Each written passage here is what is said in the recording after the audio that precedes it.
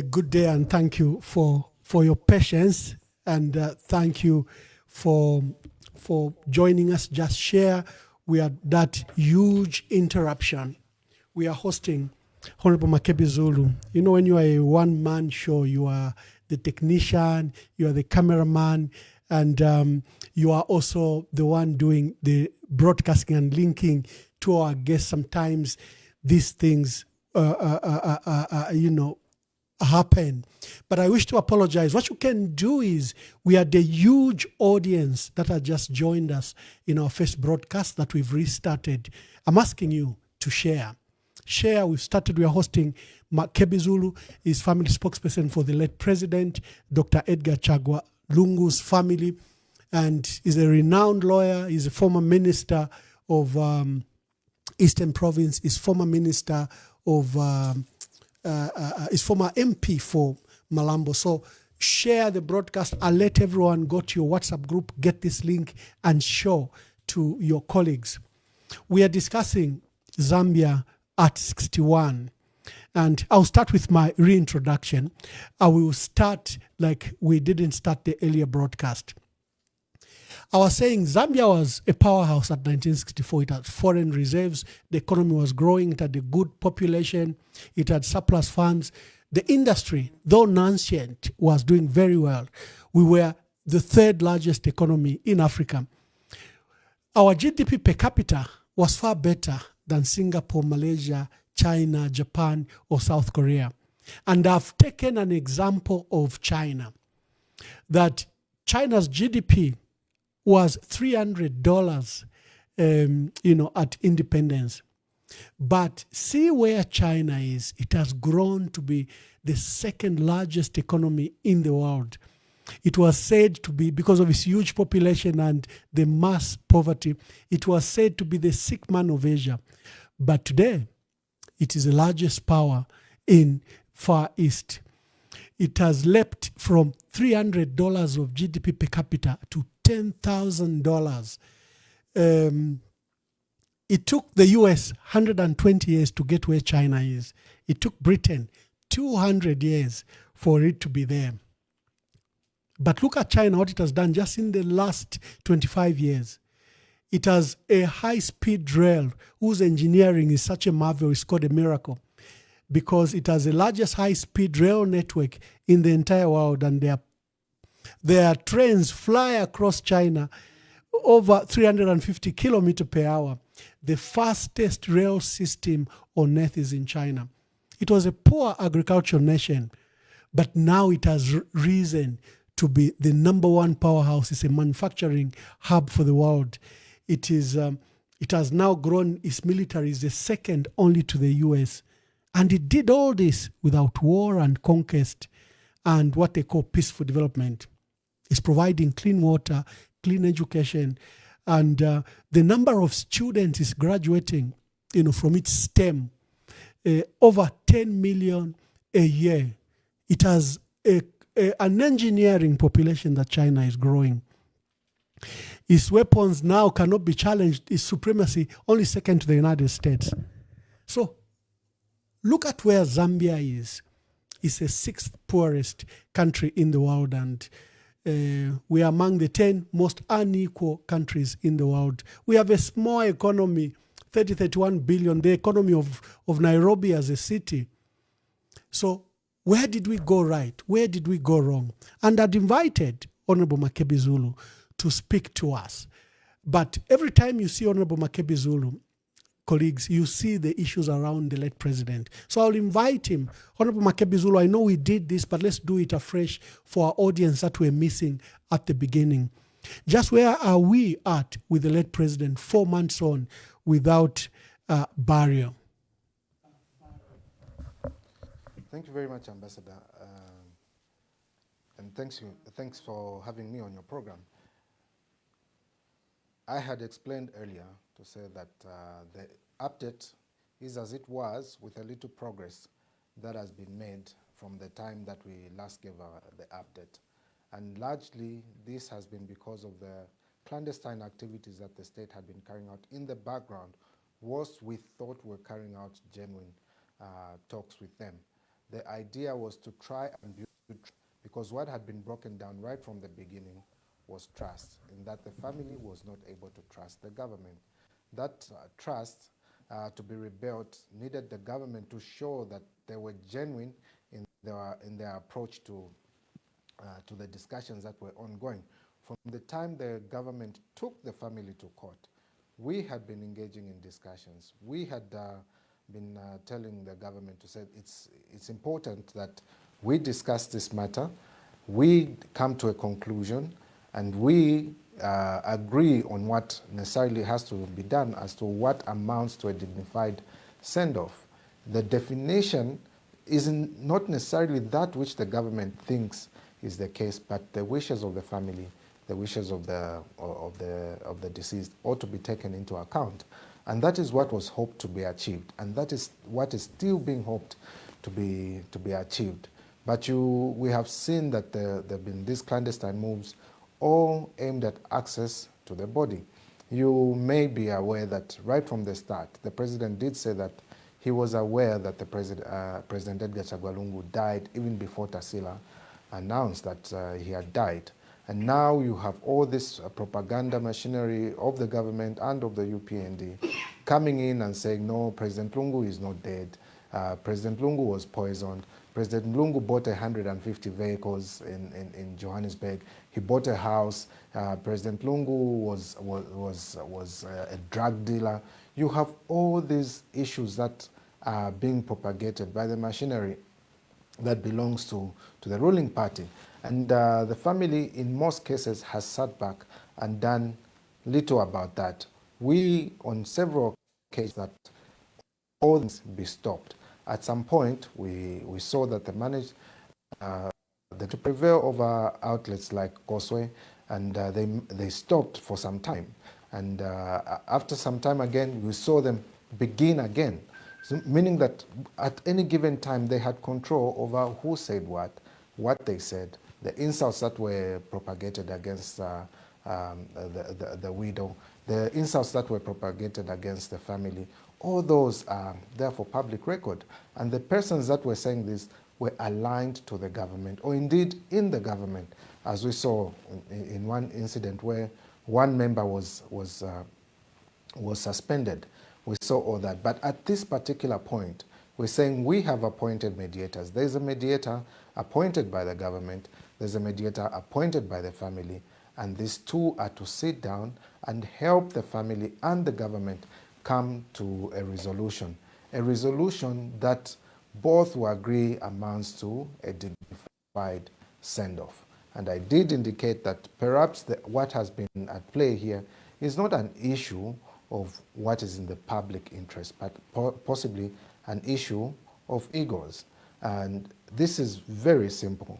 In my view, it is something that can be concluded even in a day, even in a few minutes, if only people are willing to give up their pride and do what is right by the family. And that will in turn be what is right for the public of Zambia. That is what I have to say as regards that. Yeah. You had indicated earlier that, for example, you found out that the people that were protesting had obtained a permit in the name of the Republic of Zambia, the so-called progressive forces. Yes, the progressive forces. Just speak briefly to that before we... Okay. So the progressive forces is this NGO that the government of the Republic of Zambia found friendly to use here in South Africa. And the idea was to give an impression that there was a public outcry that President Edgar Chagwa Lungu be buried in Zambia. I must state that right from the start, the idea of the family was that President Edgar Chagwa Lungu should be buried in Zambia. Until after that botched agreement that was there, when the president went on the screen and said, we cannot go on mourning in perpetuity, this must come to an end, we must return to normalcy, and he said all that he said. So the family said, okay, the government seems to want to have nothing to do with this, and to go and force things in Zambia would not amount to a dignified send-off. So we will have a private one. On the day of burial, you saw how that the government swiftly moved in and said, no, it's in the public interest. We'll bring back the national mourning and all those issues that followed thereafter. But through all this, I think the family has chosen to deal with this matter in a very sober way, whereas the government chose to go in a very combative way, engage progressive forces movement, such that even when they went to court, they needed that aspect to say there's a public outcry. How do they engineer that? There was no Zambian here who was going to go and picket for and on behalf of the government because they knew exactly what was going on. So they had to get this South African movement paid for them to have a conference at Gallagher Center, where, well, at some venue, you may have seen it, where some people purporting to be representing this particular movement spoke out, talking about the desirability to bury this particular foreigner in their country, otherwise the land would be cursed. There was all that talk that was there. This very organization picketed at the Pretoria court, having gotten a permit right there in Pretoria, facilitated by the Zambian government and in the name of the Zambian government for purposes of picketing at the courts. We saw all that happen, but the family chose to be quiet about it and concentrate on what was important, what would amount to a dignified send-off. And that is the same organization that the government is using yet again. You may have noted that on the 23rd, this private investigator engaged by the government goes to the morgue, purports that he, together with the police that were accompanying this private investigator, purports that there was a report by a family member that President Chagwalungu had been poisoned. On that particular day, the family was contacted. We spoke to the people at the morgue. Was the police and the investigator were present. We said that there's no one from the family that has reported anything of that sort. We have been here the last 4 months. There hasn't been anything of that sort. And we know the circumstances. And these circumstances were made available to the government. All the documentation that related to the death of President Lungu was made available to the government. Thereafter, they refused to speak to the family. They said, we are going to have a meeting with the management of the morgue. They went to the headquarters. The minutes were published. And we did indicate in those minutes who was in attendance, the role that they played, and how that the private investigator said they had been engaged by the government of the Republic of Zambia. We also indicated that we engaged the Secretary to the Cabinet as regards that particular issue. At first declined that government had no role whatsoever, and we pushed to say, okay, if government had no role whatsoever, give us something in writing to give to the morgue. So that whoever comes, we tell them, there's no one that has reported this matter. There's actually no docket of case whatsoever. That's on the 23rd, when things happened, that's the 23rd of September rather. And they said they were going to return. The time they were having the meeting with the management of the morgue, they said, this person, we have gotten reports from social media that there are allegations of him having been poisoned. Now he changed from a family member, moves to social media. At that particular time, we're not aware of any reports. On the 29th of September, we see this organization that protested at the Pretoria court come back now and hand in a report to the police to say, we suspect that this person was poisoned, and the allegations that he was poisoned, and we want to clear the name of South Africa. That is what was, but there's no complaint for and on behalf of the government of South Africa. There hasn't been any complaint whatsoever. So we see that all these moves being orchestrated by the government were intended to frustrate this particular process. We can only speculate as to what the benefit is, but it all goes down to erode the trust that the family was hoping to build in the government. So that is that. I wouldn't want us to spend so much time on this particular issue. Safe to say that we need to be humane in our approach to things now that we are commemorating our independence. We need to reflect on why we got this independence. how we ought to treat each other. What is Ubuntu in this particular context as we deal with each other in government, whether one is holding a position or is not holding a position. The rich and the poor, how we treat each other is very important. Ambassador, I would spend a whole lot of time discussing this matter, but Yeah, I think thank you. the public Thank you, has Honorable been Makebi Zulu. up to speed on what's happening. Yeah. Today we'll not dwell much because we want to reflect on Zambia. But one of the key issues your political opponents, the political opponents of the PF, have accused the PF and sometimes even to you, the spokesperson, is that we are using this matter for politics. What do you say to that before we move on to the reason we are here? Who took the matter to court? That's the issue. If the family had not been taken to court, we wouldn't be where we are. So what politics are being played? The facts leading to the impasse were known. The mistrust that was built is known. The ones that are on the wrong side are known. It has never been the family. It is not the family. It will never be the family. Let us, in the same manner that the president said, let's pray for the family, I would say, let's pray for the government, for reason to prevail over ego. And we will resolve this matter in the nick of time. Oh, wonderful, wonderful. Honorable Makebi Zulu, to our dear viewers, we are apologizing once again that we had that disruption because we didn't have, on many channels, we didn't have volume. We only had volume on this channel. So please share. We had accumulated a large number of viewers and just alert them that this broadcast is live now and share and share and share.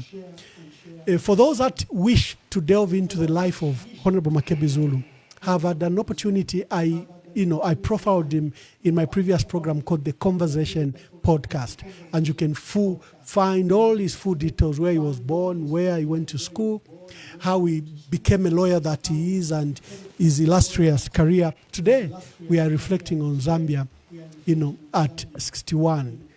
Honorable Makebi Zulu, what are your reflections on this momentous day today? Waking up today, I really thought, where are we and where are we coming from? And we should all be students of history to realize where we come from as a country before the Zambia that we know today became Zambia, what exactly had happened. And we see the thread in all this is a fight for equality, a fight to enjoy freedoms, for the fight for equal opportunities. That has been a thread that has been running through. Equal opportunities because in the colonial times, Africans, or indeed Rhodesians at that particular time, did not have equal access as the Europeans did have at that particular time. They were treated as second-class citizens, and there were orders in council that were being promulgated for purposes of subjugating the natives or the local population, until you saw 1964, where there was a negotiated settlement for us to gain our independence. And we chose the 24th of October as a day when we would commemorate our independence. Not necessarily because it's a day that Zambia got its independence. It was picked because it's also the United Nations Day. If you read your history, you realize that. And it's a United Nations Day, it's the Independence Day for Zambia, and it's a day that we are supposed to be looking to what did the people that died die for. If we forget what they died for, we may render their deaths to have been in vain. We saw President Kenneth Kaunda, Nalumino Mundia, we saw Mainza Chona, we saw that formed part of the first government. We saw Ruben Kamanga, Simon Mwansaka-Pwepwe, Bodwin, not necessarily Bodwin, but Harry Mwanga Nkumbula. The Bodwin was a brother. I should learn from history. And then we saw all these people that came and managed to get us our independence. And thereafter they started fighting for improvement of human resource. At independence or a little thereafter, we saw that there were only about graduates in Zambia. So we needed to work on our schools. We needed to work on employment creation. We needed to build capacity to be able to determine our own course. We needed to build institutions of governance that were proper. That's the time you saw that we had to bring in expatriates from different places to run our institutions of governance. You saw how that the judiciary was replete or was full of foreigners that are coming in for purposes of setting up their structures. We saw how that we had secretary to cabinet being a foreigner, or indeed people running big institutions of governance coming from other countries to help us build that human resource.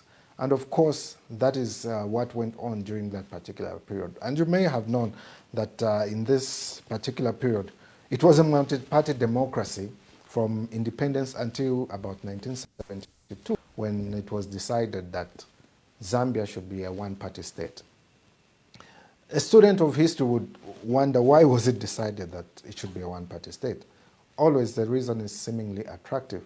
At that particular time, you may have noted that there were these tribal issues that were going on within government, political parties that only reflected a particular region, or the membership belonged to a particular region. We had regional parties that somewhat may have made it difficult for purposes of governing. And it was decided to say, listen, we have just gained our independence. We need to ensure that we concentrate on developing our country, and we concentrate on building one Zambia, one nation, that particular slogan, where people would be sent, if you come from Eastern Province, you'll be sent to go and work in Western Province. As a single person working in province, you'll possibly fall in love, marry someone from Western Province, have children, and dilute this issue of identities only relating to particular regions. And you had that particular movement.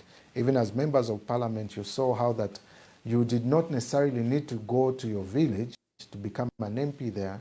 A person from a different place could become an MP in a different location altogether. And that was meant for cohesion. But upon passing legislation in 1972 for a one-party state, to only allow for one party, in 1973, they made sure that that went into the constitution. And UNIP then was being recognized as the government. Hence that saying to say the government, the party and its government, big for an acronym. And that is what had happening at that particular time.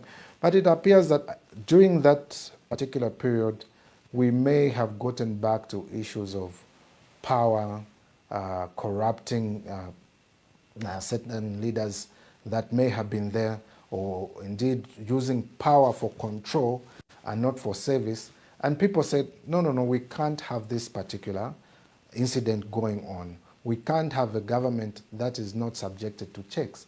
And people started crying for multipartism to come back, because the atrocities that were being carried out then, there was no one to put a check on the government. There was no one to say what you're doing is wrong. Those that did so sometimes would be punished for doing so.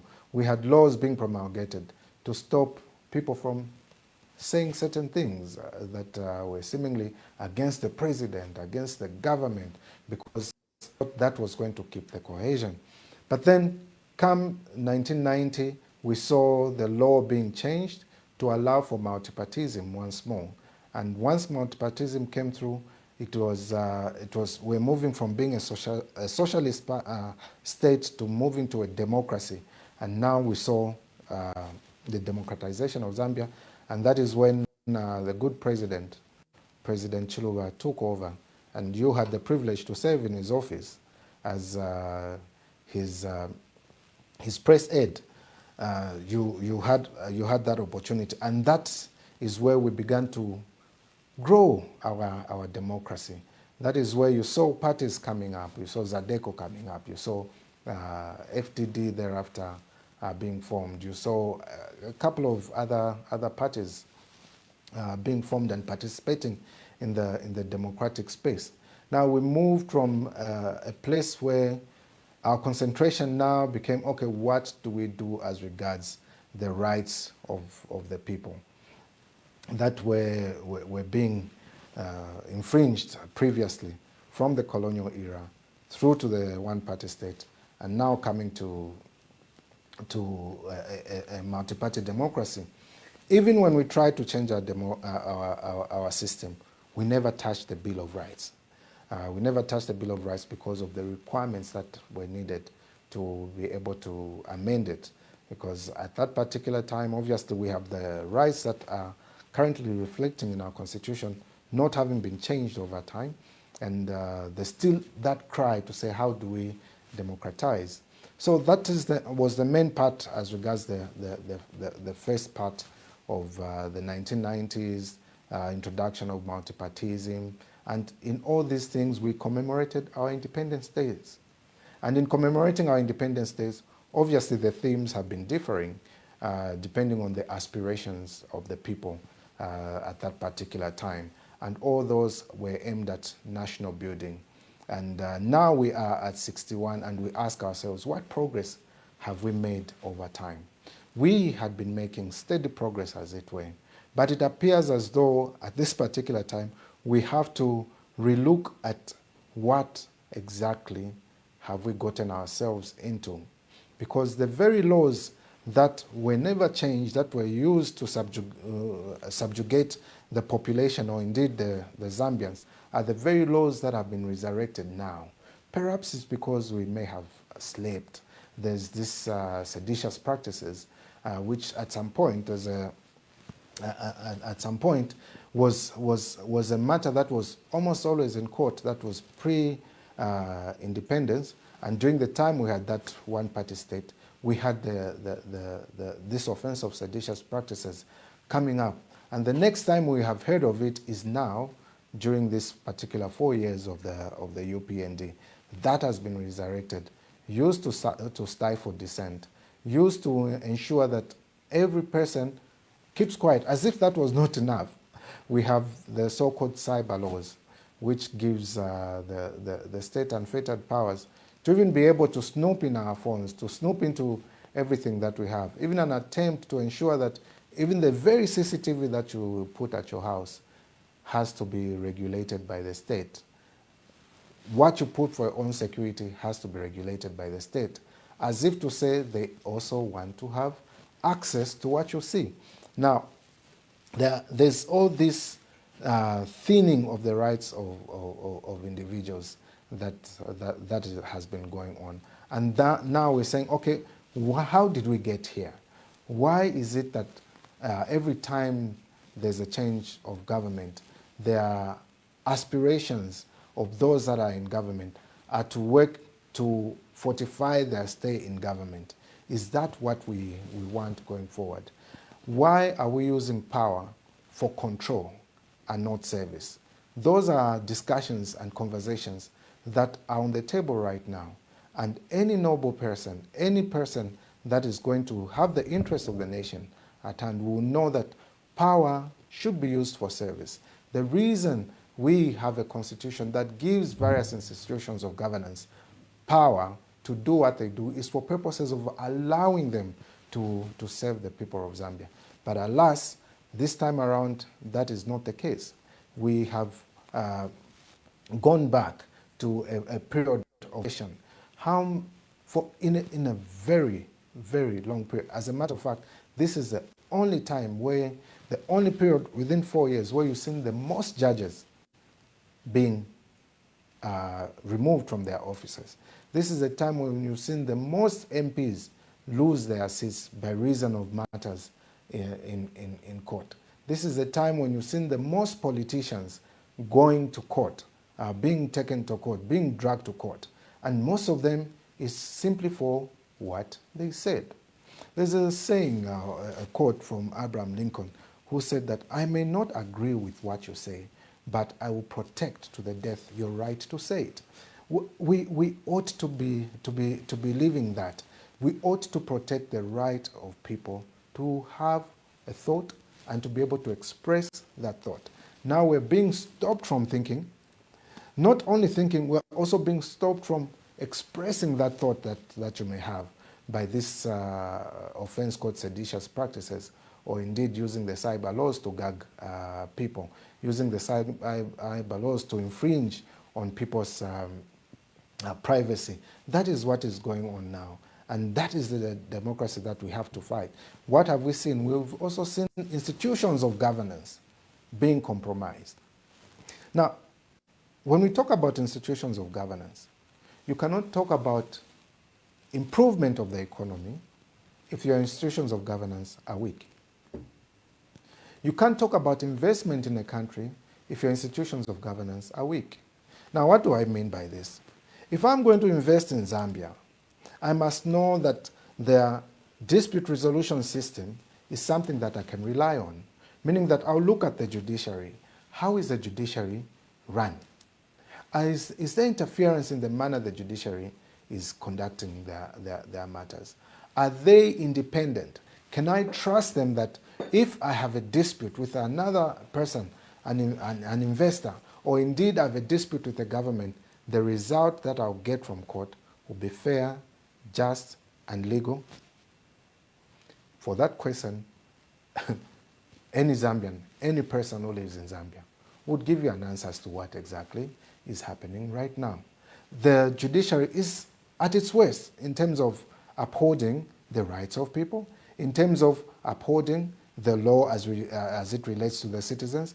In fact, a matter between the state and a private citizen, you are likely to get a result, notwithstanding what the law is, that will favor the government.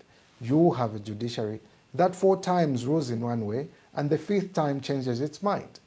Should we have an investor come in and say, the decision that these guys have made looks as if it will protect me, so I can make my investment in here, in this country. But when they know that, in fact, this decision can be changed at any time on the basis that, well, we made a mistake, or indeed the ones that made a mistake, that ought not to be the case. There has to be certainty in the manner that our judiciary deals with issues.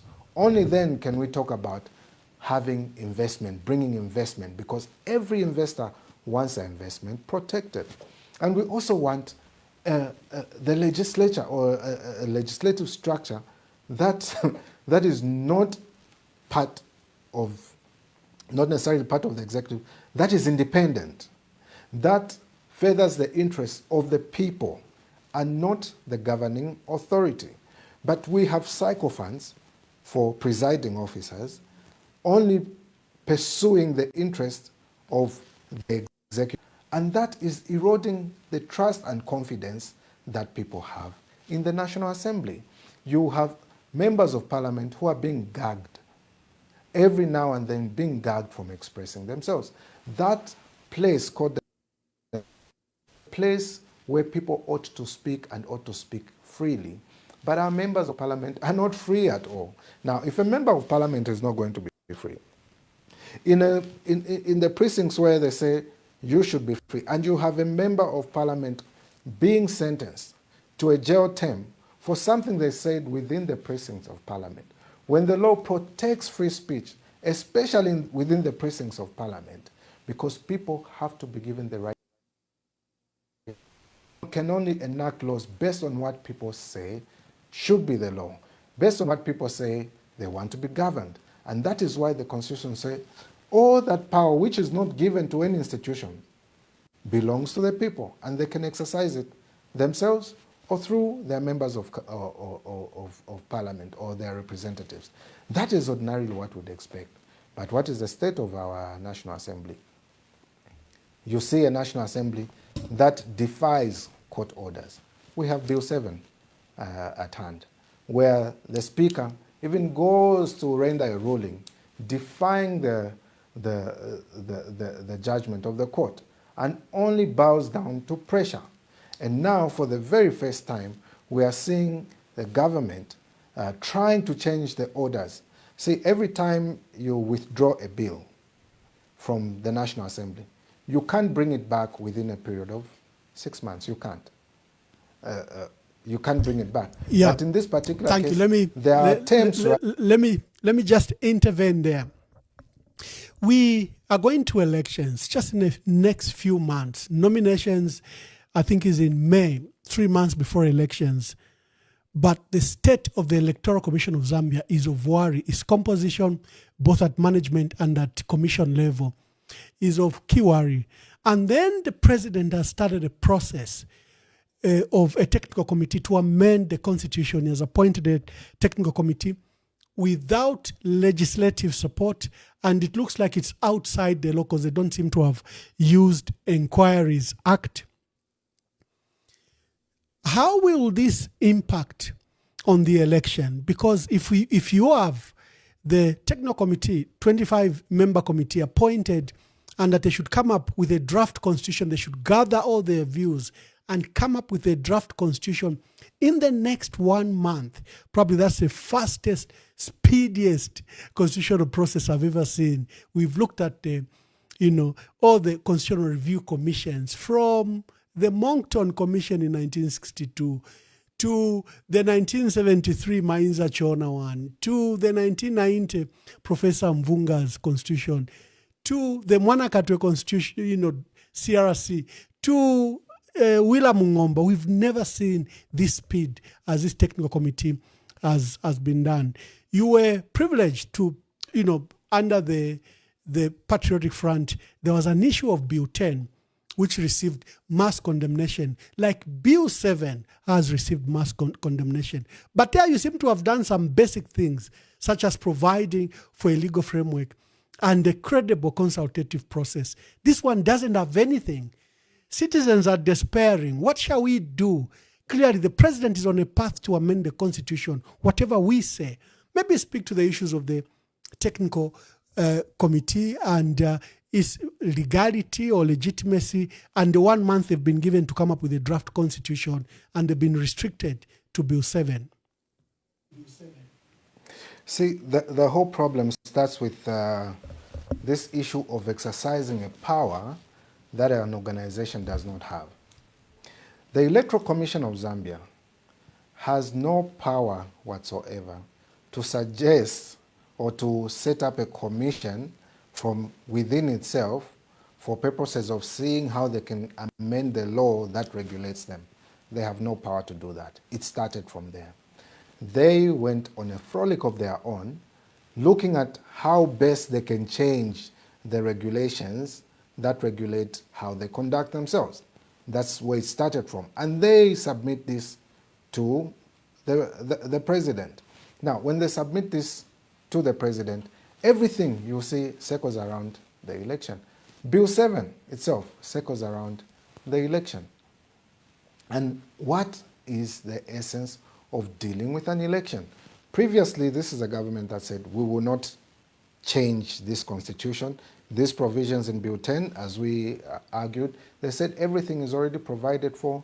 We can go ahead and deal with this issue. There was an issue of nominations. One can challenge a nomination after filing in, or indeed challenge an election after the vote. So we had argued in Bill 10 to say, let's restrict this issue of petitioning to one position. And that is a petition after the voting has taken place, because the election process is a continuous process. So in an interview with Costa, the current president refused and said everything is okay, everything's fine.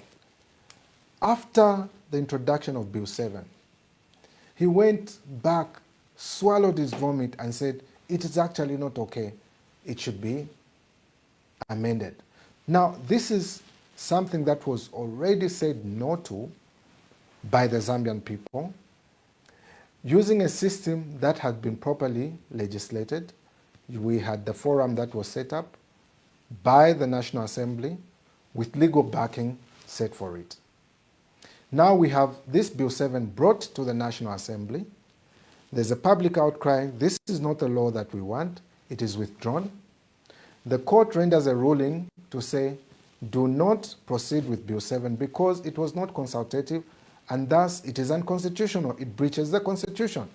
Now they bring this document, which the court has already declared unconstitutional, they reintroduced it in the National Assembly. There was yet another public outcry.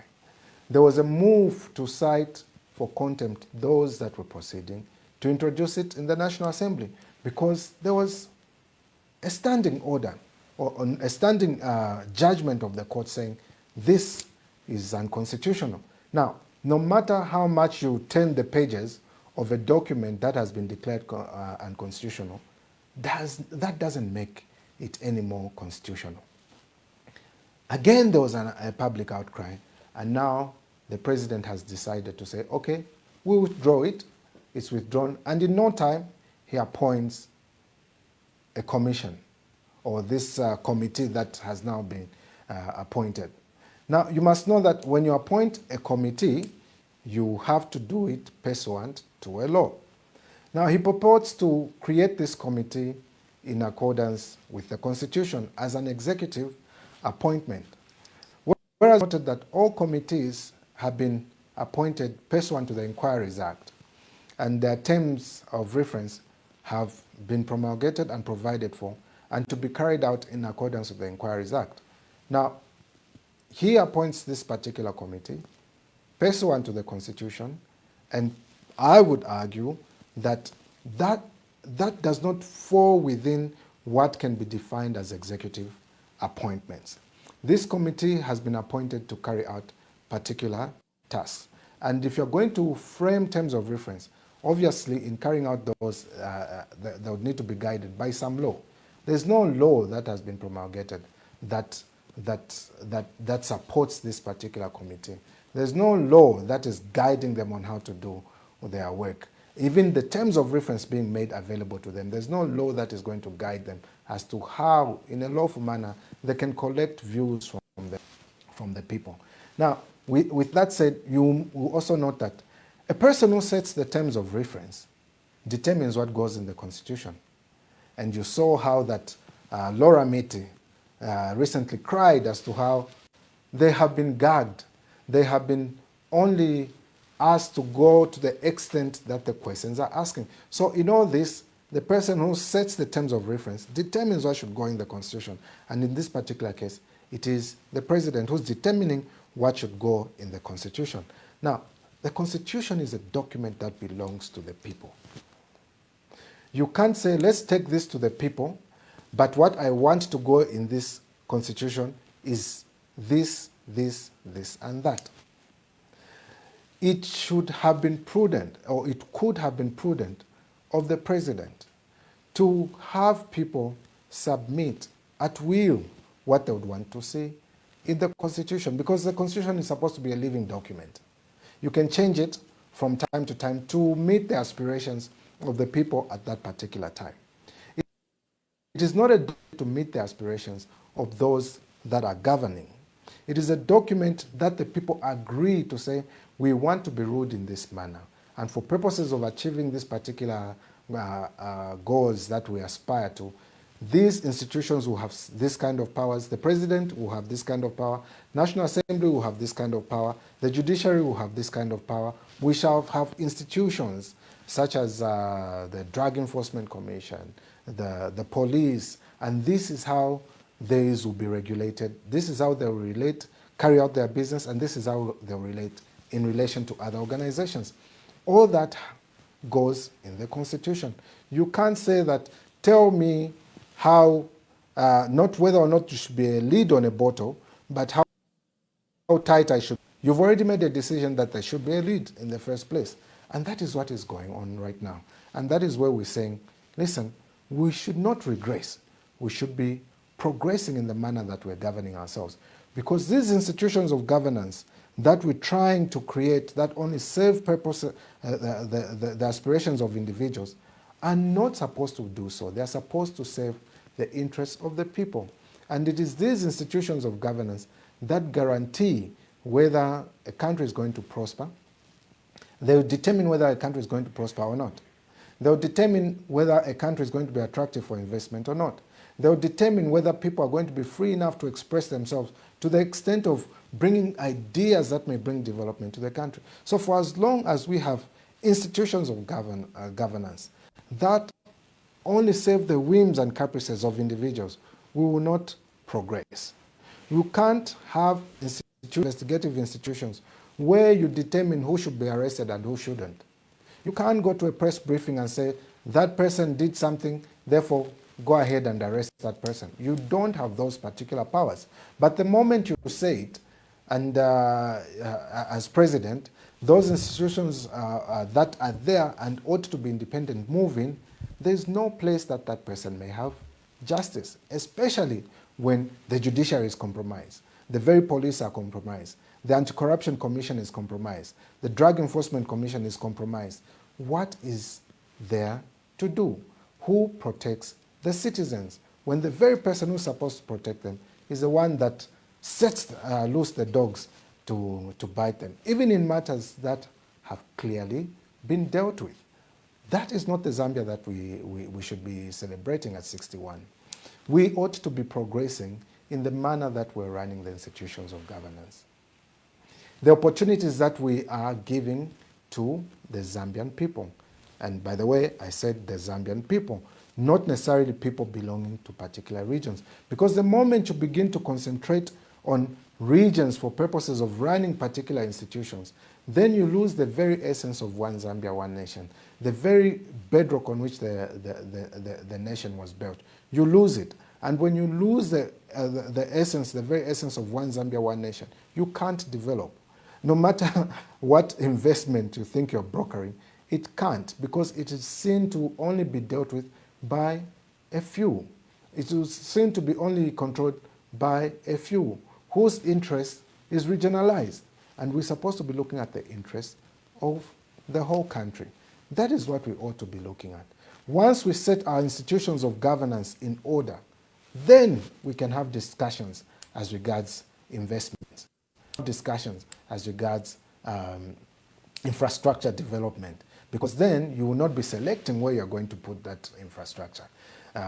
Everything will have been in order, and you'll be looking at areas of need, not areas of origin for purposes of developing. So we need to move and begin to deal with areas of need, not areas of origin, as a move or as a drive towards development. That has seems to be the problem that we have to deal with this time around. That seems to be the new bondage or the new colonization that we have to deal with right now.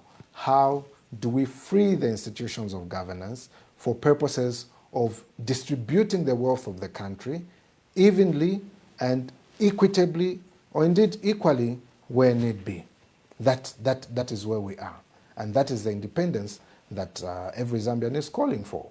How do we have freedom to express ourselves, either in thought, in acts that are going to benefit the country?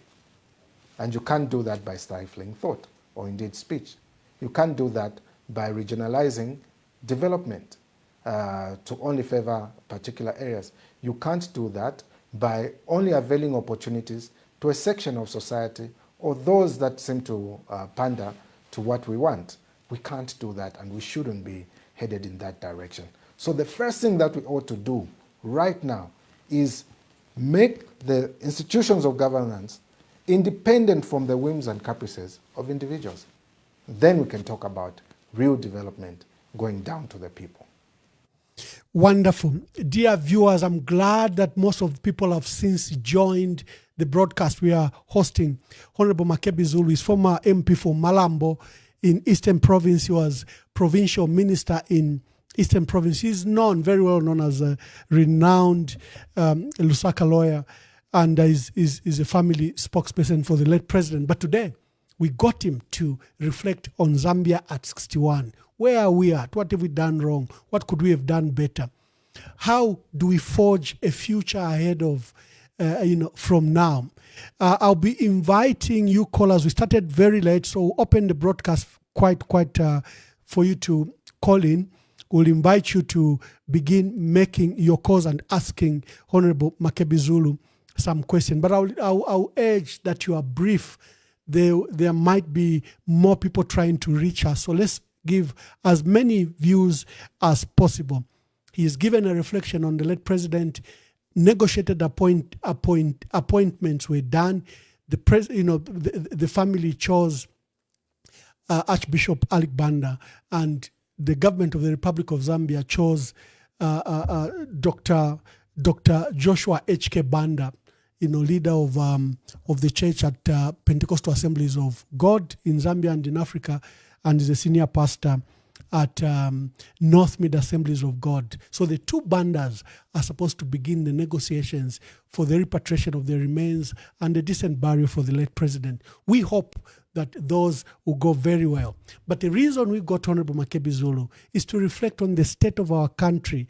There's a voter registration exercise going on. There are all these things happening. So I'll be inviting you to make your calls, but be brief so that we can allow as many people as possible to do so. Registration across the country from the 13th of October to the 11th of November 2025. If you are 18 years and above, a Zambian citizen and in possession of the Green National Registration Card, NRC, you qualify to register. If you registered in 2020 or during continuous registration of voters and you still have your voter's card, you don't need to register again. During this registration period, ECZ will be providing the following services: new registrations, replacement of lost, destroyed or defaced voters' cards, transfers from one polling station to another, claims for omission on the register of voters, corrections of clerical errors and removal of deceased voters. Registration centers will be open throughout the week from 8 hours to 17 hours. Register now. It's your right. It's your choice. This message is brought to you by the Electoral Commission of Zambia. Okay, the phone lines are on. Please tell us your name and where you are calling us from, and be brief. Okay, good evening. Thank you. Hello? We can hear you. Make your contributions quickly. Okay, my name is Peter Kashala, calling from Zambia. Yes, My Peter, make your question contribution. is to Honorable Makebi.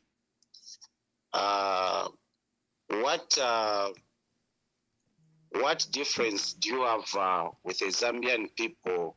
Because we've got a shortage of leadership here in Zambia.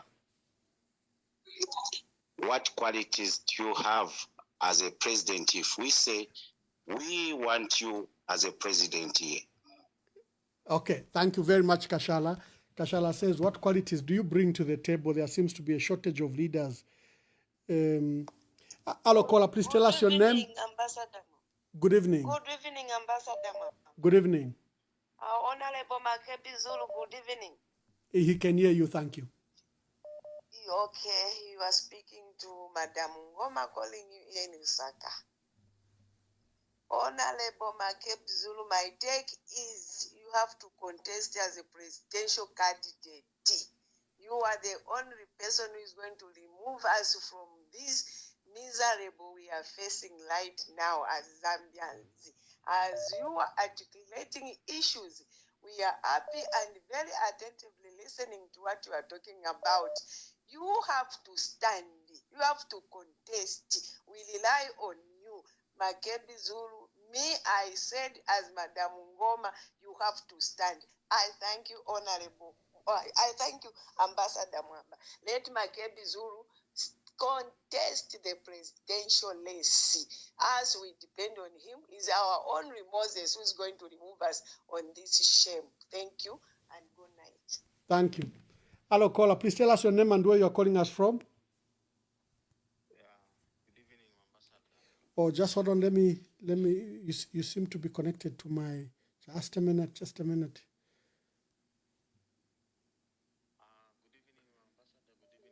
Good evening. Just a minute, please. Just a minute.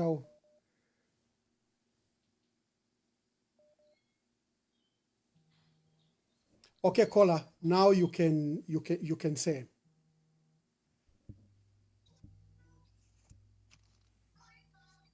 Hello, caller. Hello, caller. Hello, Ambassador. Good evening. Good evening. Okay, this is Mlenga calling from England. Yes, Mulenga, make your contributions quickly. We have just seen flyers and posters flying of one of the Makebi Zulu contesting as presidents on the PF ticket and subsequent on the PF ticket on the coming elections. We just want to get quiet on that one. Well, that's what I've been waiting to see, but I haven't heard him talk about it. Is he going for it? Because I think a lot of people are really looking forward to him declaring that he's going for that position. Thank you so much. Yes, caller, hello. Please tell us your name and where you're calling us from. Yes, I'm calling from Peter, UK. Yes. Introduce yourself and make your Yes, contributions. I'd like to remain anonymous right for now. Okay, yes, Anonymous, make your contributions. Yes, first of all, good evening, President Makebi. Yeah, he can hear you. Yes, my question here is because we've been hearing the questioning.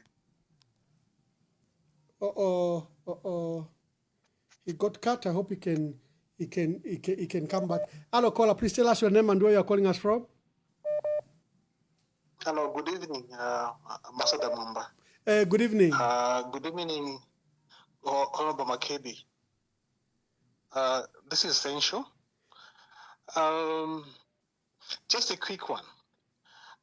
You ably articulated the issues to do with the technical committee, which has been put in place, and in fact that this technical committee is illegal, as it was supposed to be in sync with the Inquiries Act, as Article 41, and that there was need for a statutory instrument and ensuring that the terms of reference were clear and that actually they operate within the law. Even the emoluments were supposed to be in sync with the Section 18 of the Inquiries Act. However, this government under UPND is determined to go ahead with this particular activity. In this instance, what is the recourse arising to the fact that the committee itself is illegal, and the terms of reference therein should be item 3 is exactly the items which are in Bill 7. So since they have decided to go ahead, what recourse remains for the Zambians to ensure that actually this particular process is halted through the court of law? Thank you. Thank you very much. He's asking about the legality. No law has provided for the and even the budget. Hello, caller, please tell us your name and where you're calling us from. Hello, good evening. Good evening, Ambassador, and good evening, Honorable Makebi Zulu. Good evening. Yeah, speaking to the Falcon. Falcon, make yes, your contributions. Thank you. Yeah, my question is, we're told to say this technical committee was instituted to go and consult the people. Okay, and then in the terms of reference, we've seen where they've been directed to say, just concentrate on Bill 7. Now, what are they consulting us for when they've already have what they want? Because it seems like they're just doing a formality here. There's nothing that would be consulted. And I can assure you we are getting back to the same content of Bill 7. Thank you. Can you hear me? Yes. Hello, caller, please tell us your name and where you're calling us from. Yes, this is again from Petauke. I would like to remain anonymous. Yeah. Yes, my question to President Makebi here is that next year when you're elected, what are your plans, firstly, to sort out the load shedding? Can we have an answer on that one first? Secondly, on the issue of cyber law, will you repeal it? Load shedding and the issue of cyber law, will you repeal it? Okay, thank you very much. Hello, caller, please tell us your name and where you're calling us from. Hello, Honorable. Yes, make your contributions quickly.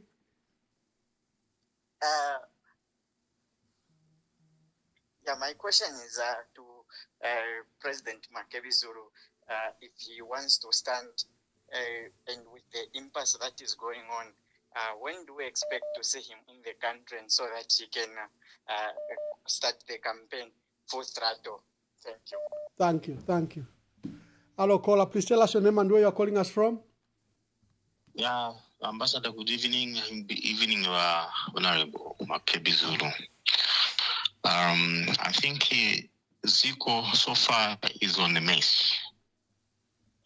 I'll try to be brief as much as I can, but I feel that Makebi and your team should move ahead and unite the country for betterment of this country, Zambia. What Wamdala Waichechi is doing is he has already positioned himself not wanting to leave the country or to give power once he loses an election. What he wants to do, if you have seen, he has already started preparing his son to take over from him. He does not even trust, not even a single person among his ministers. He can only hand over the torch to his son. So therefore, we have to be very, very careful with this man, extremely careful. Thank you. Thank you very much. Hello, caller. Please tell us your name and where you are calling us from. Thank you, Ambassador Mwamba. My name is Nyangwe Dani. Thank you for having Makebi Zulu on your program. My contribution today, I know a lot of people are waiting, is Makebi Zulu. As a person that we've come to know you, take up the challenge. The country needs you. But as you take up this challenge, we want you to work it out in a family way. Bring the family together. We don't want any division. You're a man that has stood with the family. Not only have you done that, but you've shown the Zambian people you're a man of integrity. I've said it and I'll say it. If you want to see a good leader, don't see what they are doing in the society, but check from their own homes. Makebi Zulu, we are behind you, and we want you to carry the legacy of our late president, even of that party of PF. Yes, many people say we've got so many political candidates who want to aspire to be president. And for me, I say this is good for Zambia because it shows that Zambians are looking for a proper leader. Let's not be discouraged. Thank you and God bless you. Thank you, Ambassador Mwamba. Thank you very much. Linda Banks, an international journalist based in the United Kingdom, has written, Honorable Makebi Zulu, thank you for standing firm on the ECL matter and on behalf of the family, and by resisting government pressure to act outside the wishes of the family. My question to you is, should President Hakainde Hichilema choose to excuse himself from the funeral, will the family permit the former president to be laid to rest with full state honors in his home country prior to the 2026 general elections? That's Linda Kasonde, Linda Banks, an international journalist based in the United Kingdom. Hello, caller. Please tell us your name and where you're calling us from. Yes, this is Unknown Mercy. Yes, Unknown Mercy. Just a new. Honorable, thank you so much, Honorable Makebi Zulu, for coming in to stand as a president. Otherwise, my question is, if PF didn't adopt you, are you late to stand in or to support a person who is going to stand as a president? And then, are you also led to face the challenges like the way it is happening right now, the way they are blocking the constitution, like Hakainde Hichilema constitution? Are you led to stand for the people of Zambia and defend the constitution? Are you also not going to change like Hakainde Hichilema, like Mwaba Litoriki, palasti fintu vya chinja palasti? Twatambo kumona ifitule mone fintu na taparofu badelande fintu abantu badeyofwa tabadelanda preference. Are you led as a president to defend the people of Zambia, not to be rhetoric like ifitule mona this time fintu abantu badechula, the president is quiet? Are you led? Thank you very much. Thank you. Hello, caller. Please tell us your name and where you are calling us from. Good evening, Mwamba. Good evening, Makebi. This question actually goes to you, on Ambassador Mwamba. Surprising, Bamwamba, you're always updated with the current affairs. And from the prologue, we can tell that majority people are very excited to hear you asking Makebi whether what we are reading in the news is actually correct in the social media. How come you have not asked him whether he is running for office next year? Thank you very It'd be much. nice to hear from you as well. Thank you very much. She says, how come I haven't asked you that question yet? I'm a very updated person. Hello, caller. Please tell us your name and where you're calling us from. Good evening, Emmanuel Mwamba. This is Angela Mbale, known as Mama T. Mama T, make your contributions. Yes.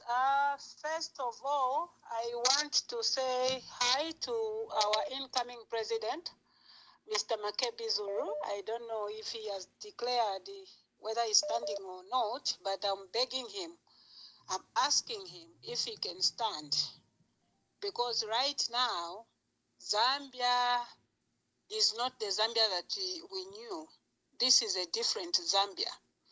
I just want to make a contribution on the things that he talked about. Things like they are using power to control people. The reasons are very simple. They are doing that because all the promises that they made, they have failed to fulfill those promises. So now what they are doing is to put fear in people and bring this cyber law, seditious, cases on our people. We have a lot of our people in jail there. But there are people who have committed the same offenses, but they are outside there, free. Why? Because they belong to them. And what kind of a Zambia is this? We saw yesterday where an overnight prayer was cancelled. And today we hear the president saying that he never directed anyone to cancel those prayers.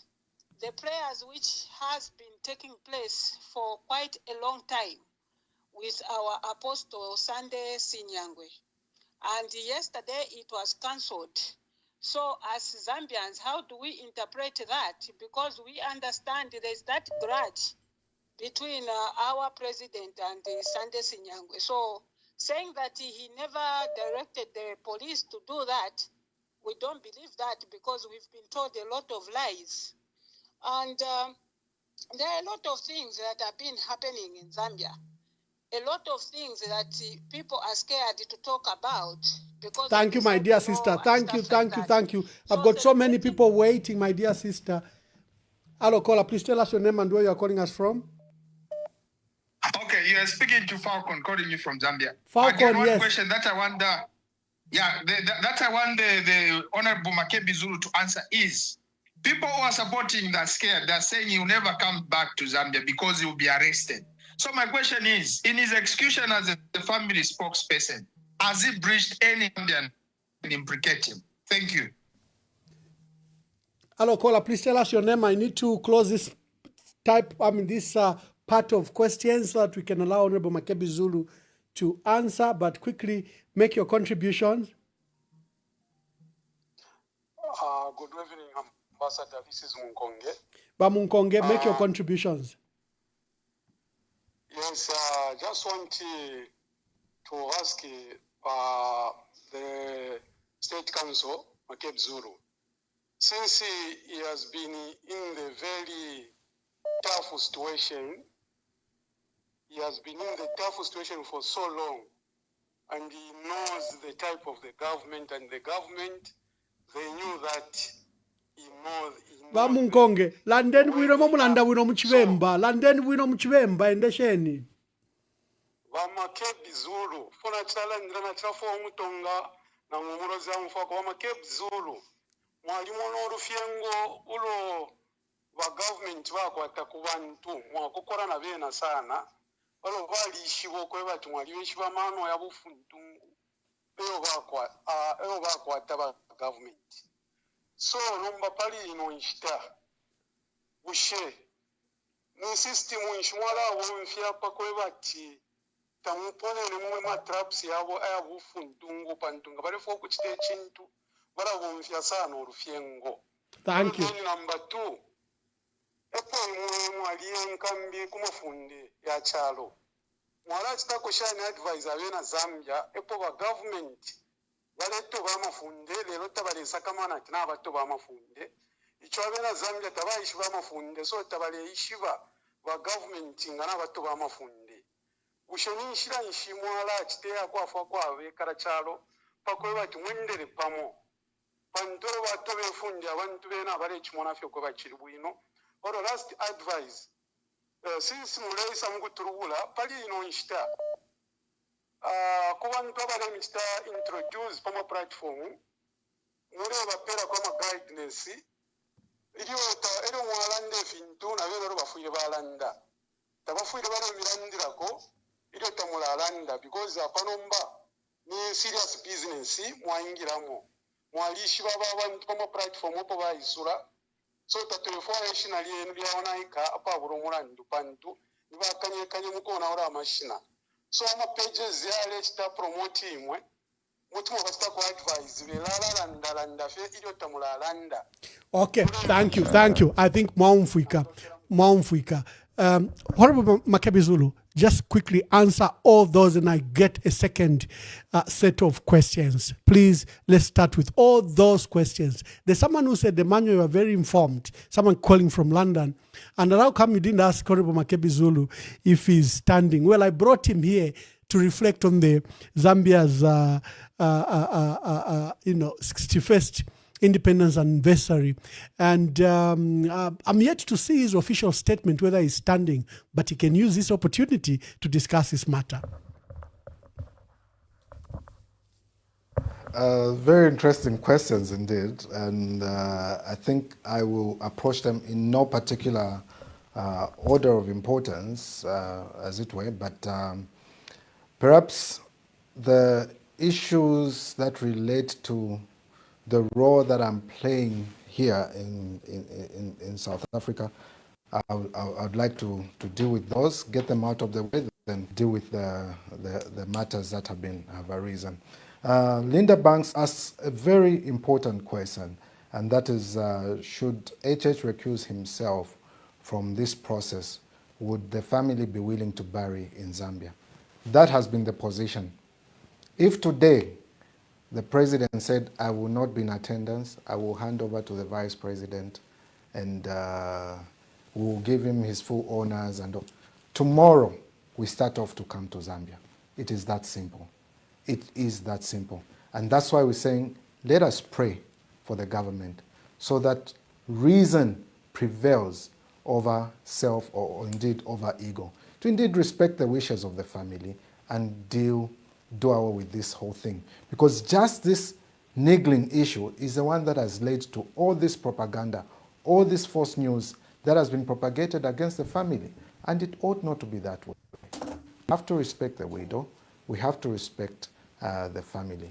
And there's a question that was asked by Falcon that there are threats that I will be arrested if I returned to Zambia. There is no offense that has been committed either by myself or any member of the family that is worth any person being arrested for. As a matter of fact, even assuming that there was, it is only prudent to go back home and face those challenges that are there. And no one is afraid to face challenges. If we have breached the law, let us deal with the law as it is. No one is afraid. But it is this thing that we keep talking about to say, let's stick to truth. And for our purposes, as persons that are here in South Africa, seeking only to have a dignified burial for ECL, we will protect that wish, even if it takes any one of us going to prison, even if it takes me going to prison as spokesperson for wanting to honor the wishes of ECL or the family, we'll gladly do so if it amounts to an offense. But I can guarantee you that no offense has been committed. Zambia is our home. We are coming back home. Whatever the plans may be, we are still coming home to face things for what they are. Because we know that we are protected by the law. Even if institutions of governance may not want to rely on the law, we will still come and know that we are protected by the law. And well, if they do anything wrong, Zambians will judge for themselves. They'll be able to judge. But know that we're not afraid to come home, and we are not coming home. We are not staying away from home. We are not afraid of anything that may be planned against us. It is not, and that is exactly what we're saying. We have to assert our freedom. If it can't be given to us, we'll get it by whatever means necessary. Of course, within the legal limits that we have to. So Falcon, thanks for your concern, but we are good. Falcon, you also asked a question that related to the technical committee as being a formality, and that was the lamentations of Laura Miti. You can't rubber stamp, have them as a rubber stamp. As a matter of fact, true professionals on that committee should be able to say, I can't do this, because you are only asking me to rubber stamp and endorse what exactly you want. And to push for a thing that has already been declared unconstitutional in a manner that is also illegal is in itself misbehavior, for lack of a better term. It's being mischievous, to say the least. Brother Sencho Banda asked the question and provided an answer to say, what recourse do Zambians want to ensure that this is halted in the court of law? That is that is a recourse that the Zambians have, to halt this process by way of going to the Constitutional Court.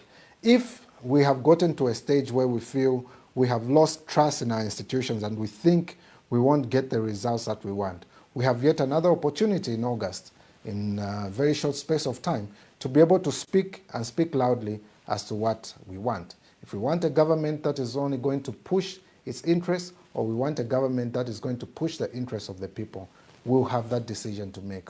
We are the final arbiters in all this, and that is why the power that is not allocated to anyone in the Constitution is reserved for us, the people.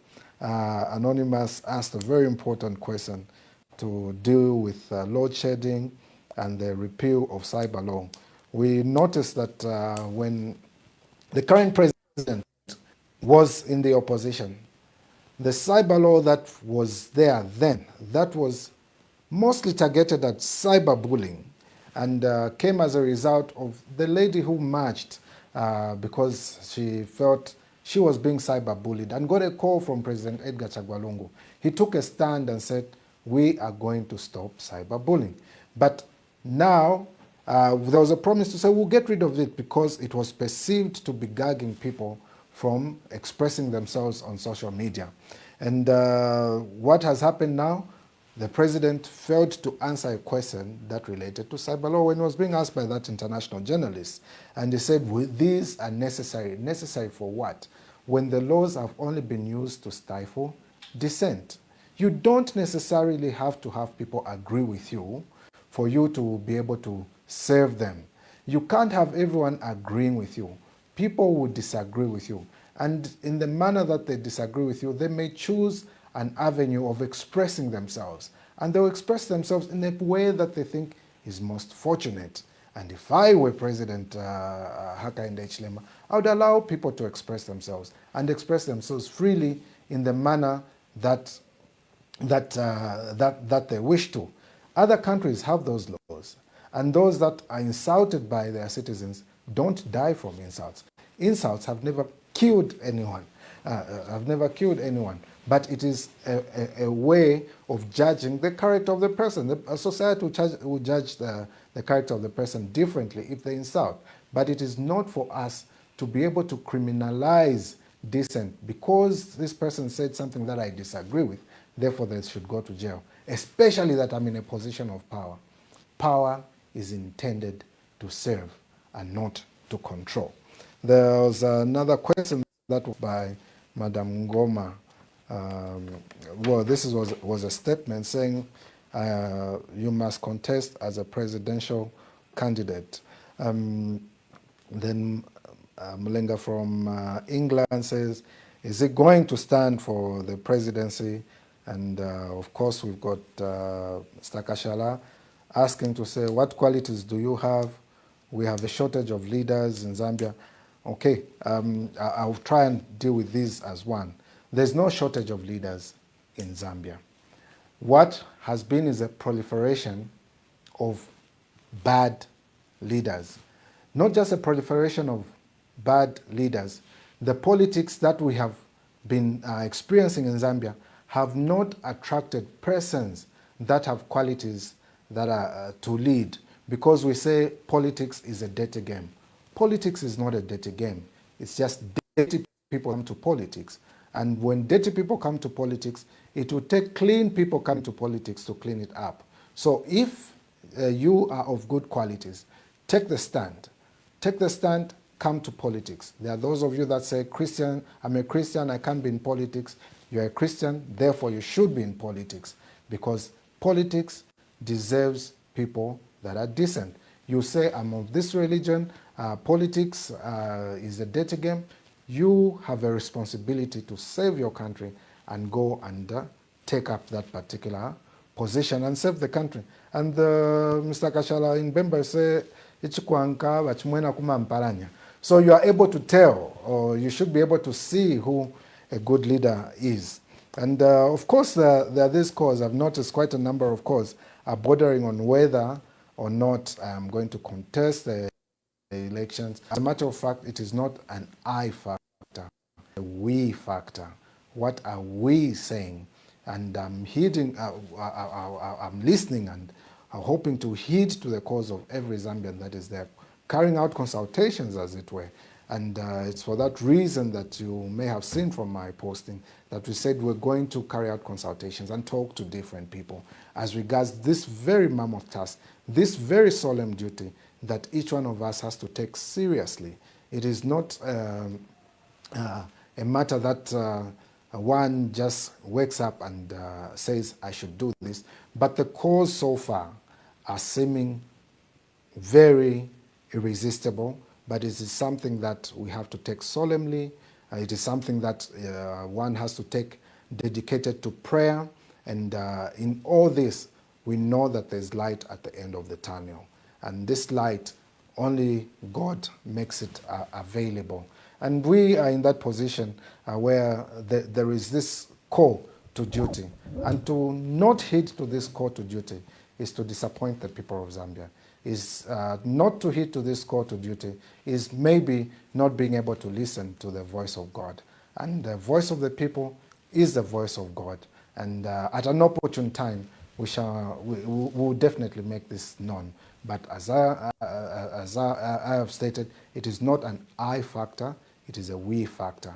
It is something that we all have to sit and decide. And with the call... Thank you, Honorable Makebi Zulu.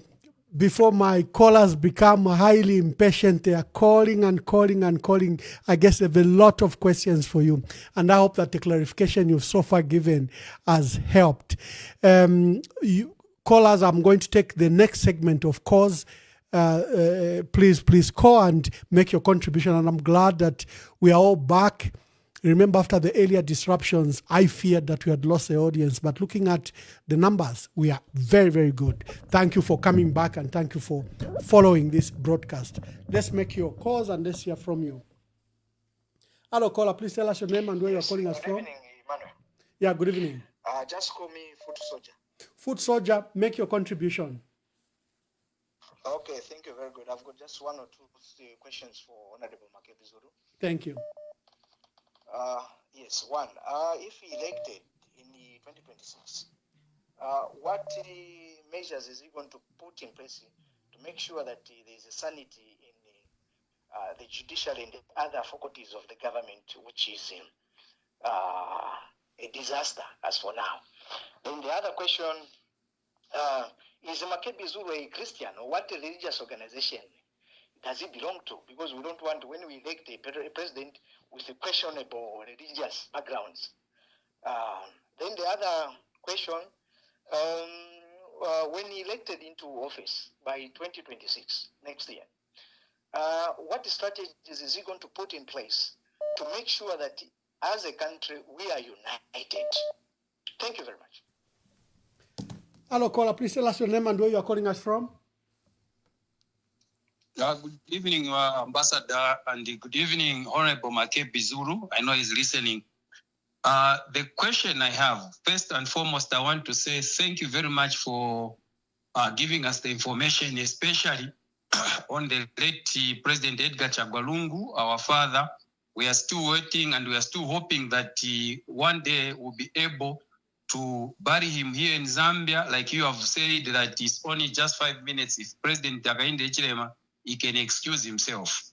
That would be brilliant. I hope the president, since he's also watching, you'll be able to make a decision by tomorrow so that we bury this issue of our late president who tirelessly worked for this country for 7 years. He deserved to be given dignity burial. Now, my question is that Honorable Makebi will be able maybe to help us. I have seen that many Zambians are being arrested for the issue where the president said that when you defame the president, that issue has been removed, that defamatory remarks of the president, you cannot be arrested, but we have seen people are being arrested. So how can you advise as a constitutional lawyer? Then two, people are calling for you, Honorable Makebi Zulu, that you come and help for this country. I have seen what is happening in the social media. I know you have clarified, but people, they want to hear now. And when I was interacting with some of my friends, they were saying, I hope today we are going to hear what Honorable Makebi Zulu is going to say. So at least maybe you say something again so that Zambians, because they are following, at the moment, they are on 56.6 viewers, meaning you've got a huge following on this platform. I think Mamwamba will agree with me. This is, I think, one of the huge following which we have seen. So Zambians are impatient, are waiting, and time is running out. Then two, the last question is that we have a lot of people who have shown interest in PF, and there are 9 those who had paid my 200 pin. How are you going to, if you make a decision, you say that you want to stand, how are you going to manage? Are you going also to pay the 200 pin, or what will happen? I want to hear from you. Thank you very much. Thank you very much. Yes, caller, please tell us your name and where you are calling us from.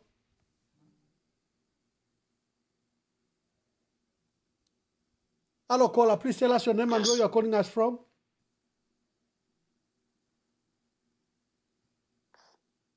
Hello, caller. I think we're caller Babalala. Maybe he held on for too long. Yeah, quickly make your call so that you... Hello, caller, please tell us your name and where you are calling us from. Mukambana Anonymous from Kanyama, Lusaka province. Kambanwa Anonymous. Muno Muzambia mulima problems yambiri manyingi. That's why vantu vambiri vambo kambata anonymous uyamba kuyopa vili vonse kukamba kulina limit. Nangukamba vintu vanzeru veve vavitaninga vinkhala vintu vamene vili benzeru. So tisakira leader monga va Makebi vabwere vatitandize, otherwise vasogoleri vamene tili nawo manje apa awo mwanti kulibe vabwino. Everything is going worse. Thank you very much. Thank you. Thank you. Hello, caller, please tell us your name and where you are calling us from. Good evening, Ambassador. This is Anonymous. Anonymous, make your contributions. Yes, I'll go straight to it and I'll be quick. I want to make first a comment and then a question. My comment is Zambia has indeed lost its independence. You see, I think that, the mines that we took over in 1964 have been handed back to foreign control. The racism that we saw in the 1950s have now, resurfaced in form of tribalism. Before independence, Black people had no right to vote. Today, the UPND government is removing opposition parties such as the Patriotic Front and locking up strong voices that speak out. So I really think that we have lost our independence. Now, let me ask a question. 2 days ago, the Patriotic Front Secretary General Raphael Nakachinda was jailed for an offense based on a repealed law. And the members of parliament, those 9 members of parliament that he once defended, they've remained silent. Even the senior member of parliament who gave him that intelligence that President Hakainde Hichilema was allegedly meeting judges at night, he has also gone quiet. My question is, what is your message, President Makebi Zulu, to members of the Patriotic Front, especially members of parliament, for Nakachinda spoke and yet they are quiet, and for the rest of us who are members of Patriotic Front, who are quiet when we have seen that our Secretary General is behind bars for speaking out to preserve our seats in Parliament. Well, is this cowardice? What's your message to these members of Parliament and to the rest of the members of the Patriotic Front? Thank you very much. Thank you. Hello, caller. Please tell us your name and where you are calling us from. Hello, caller. Oh, seem to have lost this caller. Hello, caller. Please tell us your name and where you are calling us from. Hello. Hello. Good evening, sir. Good evening. Thank you so much. Am I loud and clear, sir? Yes, you are. Make your contributions. Thank you so much. Good evening, President to-be Makebi Zulu. You are speaking to Siam, calling from Zambia, within Lusaka. My contribution this evening, I want to find out from you, the incoming President Makebi, that we have seen how institution of governance have been infiltrated with political hands. How are you going to make sure that this institution becomes independent? Because every politician, especially when they are in opposition, they talk much about independence of these institutions.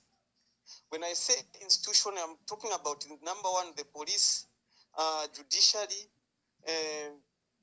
the registrar of society, and these other parliament, most institution of governance. How are you going to make this institution independent? Thank you very much. Thank you. Thank you. This politician. Hello, caller. Please tell us your name and where you are calling us from. Good evening, Ambassador Mwamba, and good evening, Honorable Makebi Zulu. This is Lilian Mutambo calling from the UK. Yes, Lilian Mutambo from the UK. Make your contributions or questions. Okay. Yeah. So my own is we have seen how the UPND government has targeted all Patriotic Front members. I'm sure Makebi Zulu is aware because he's been their lawyer. My belief is that if he intends to stand as president, then UPND is planning a case on him or anything to ensure that he's blacklisted so that he doesn't stand. How is he going to maneuver with UPND Mingalatos that they've been doing, bearing the fact that PF does not have a political party and they're working with Robert Chavinga? And then secondly, we don't seem to see unity coming from the Patriotic Front, even though they feel they are the majority in terms of having many parliamentarians. But like the previous caller said, we haven't seen much solidarity, even for people who are arrested, just even commoners, even Facebookers or TikTokers who are arrested. It's like people are on their own. And we are seeing them trying to take the lead. In terms of Makebi Zulu's presidency, what assurance can he give to the Zambian people that all the people that have been arrested will be released from jail? As we are aware, we know that Ethel Chisono remains in prison, and nobody from the Patriotic Front or any opposition has ever been to visit her in prison. She's in Chimbwakaila presently. And thirdly, don't you think that the ambition of presidency presently with what is happening in South Africa is a bit too ambitious because of the fact that we have not yet settled the matters in South Africa? I'm saying this because previously We didn't see much of the Patriotic Front members campaigning, but as soon as they heard that Makebi Zulu wanted to be on the ballot, they've all started, going full throttle, and we've even forgotten that the former president, Edgar Chagwa remains unburied. Shouldn't we focus on the impasse, and then Makebi Zulu would be appointed and just support other people that want to stand as presidents? Thank you so much. Hello, caller. Please tell us your name and where you are calling us from. Hello, caller. Good evening, Honorable Mamba. Good evening. Honorable Makebi Zulu. This is Jonas Alfred James Mungo. Make your contributions quickly. Like quickly to... Honorable Zulu, the Zambians are calling you to pick up a challenge to contest 2026 general elections as president. Are you going to honor the calling of the Zambians, or you are going to pull them down? If in case you are going to honor it, what strategy are you going to use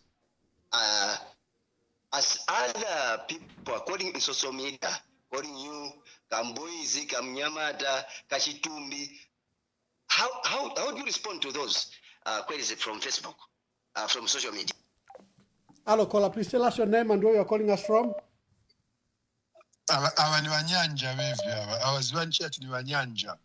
Make your contributions quickly. Honorable Makebi Zulu, Mazambianzi, waitana zina yanu, wafuna muwachiterenda service yanu. So kupempa kwa wapempa Mazambianzi, wapempa uti mbwelu mwachose mwichi ncholimba mane walili. So, ansa amene wapempa Mazambianzi. Muzakwanisa kusebenza nao pamozi. I submit. Hello, caller. Please tell us your name and where you are calling us from. Hello, my name is Pumula Stumbeko from California. Queen Pumi, make your contributions. Yes, thank you, sir. Councillor Makebi, great to see you. And I have just one question, but before I ask, I just want to commend you for the great work you have done to serve the late President Edgar Chagwa. Tulipama kufitwa totela. There are very few men of your caliber who can withstand everything you have stood there to protect ECEO's legacy and be with the family. You have actually become like a firstborn son of the late Edgar Lungu. May so rest in peace. We thank you, and we hope that may God preserve your life. You have stood the test of time. That's why people are encouraged to even support you and think you are the chosen one, because you have shown us. You have not campaigned to say, choose me, I will do this for you. Your works have spoken to the hearts of all the Zambians. And this is one of the largest shows on EMB platform because of what you are. And leaders are chosen. A true leader from God will be chosen by the people. And the people have chosen you based on what you have done for us as a country and to the family of ECL. You are more than a lawyer. You are like a son to Esther Lungu, who wipes her tears, who wipes Betha's tears and Tasila's tears while they are being persecuted by a whole state machinery. Sorry, I am emotional. But, it's just sad as a country on our 61st independence, instead of celebrating, we are here to just put our heads together and pray and just seek God's guidance. And you are here, you are the center. If that's not a sign from God, I don't know what that is. It's like today is the Independence Day and we are all here saying, Makebi, you are the one. Are you going to stand? We shouldn't be asking you, Actually, we should be telling you because of everything, the stars have aligned. Now, my question to you is, ECZ is a big problem over there. There is no way we can run a free and fair election with the current situation at ECZ, combined with this Bill 7 technical committee. So what is your advice to us? And maybe like, for me, I'm just unsettled when I think of the current team at ECZ being the one to take us to this 2026 election. That is my question. Thank you. Thank you. Queen Pumi, yes. Thank you. Hello, caller. Please tell us your name and where you're calling us from. Hello, good evening. Good evening. Just call me Didi. Didi, make your contributions. Okay. Good evening, MZ8. Everything it's new. Makebi Zulu stand as a president. People want you. You have a heart. Please, I'm going to say in Bemba, ati ichukwanka chimwena kumampalanya. Ba Makebi ifo twampokelela. Bombeni kulingane fyo musungire ba Esther Lungu. Mwadina ba ICO lyonselo bale baputa wila mageti. Mwadina ba ICO lo bale batukensele. Mwadina ba ICO lo bale bashauta. Ba Makebi beni abantu ba Zambia, beni ba president na abamita abantu ba mitemwa. Na tumona ma followers ale mkonka ku Facebook na ku WhatsApp konse. Ba Makebi, you have a heart. Mwana wa kwitu. Mwana wa kwitu, do good things to the people.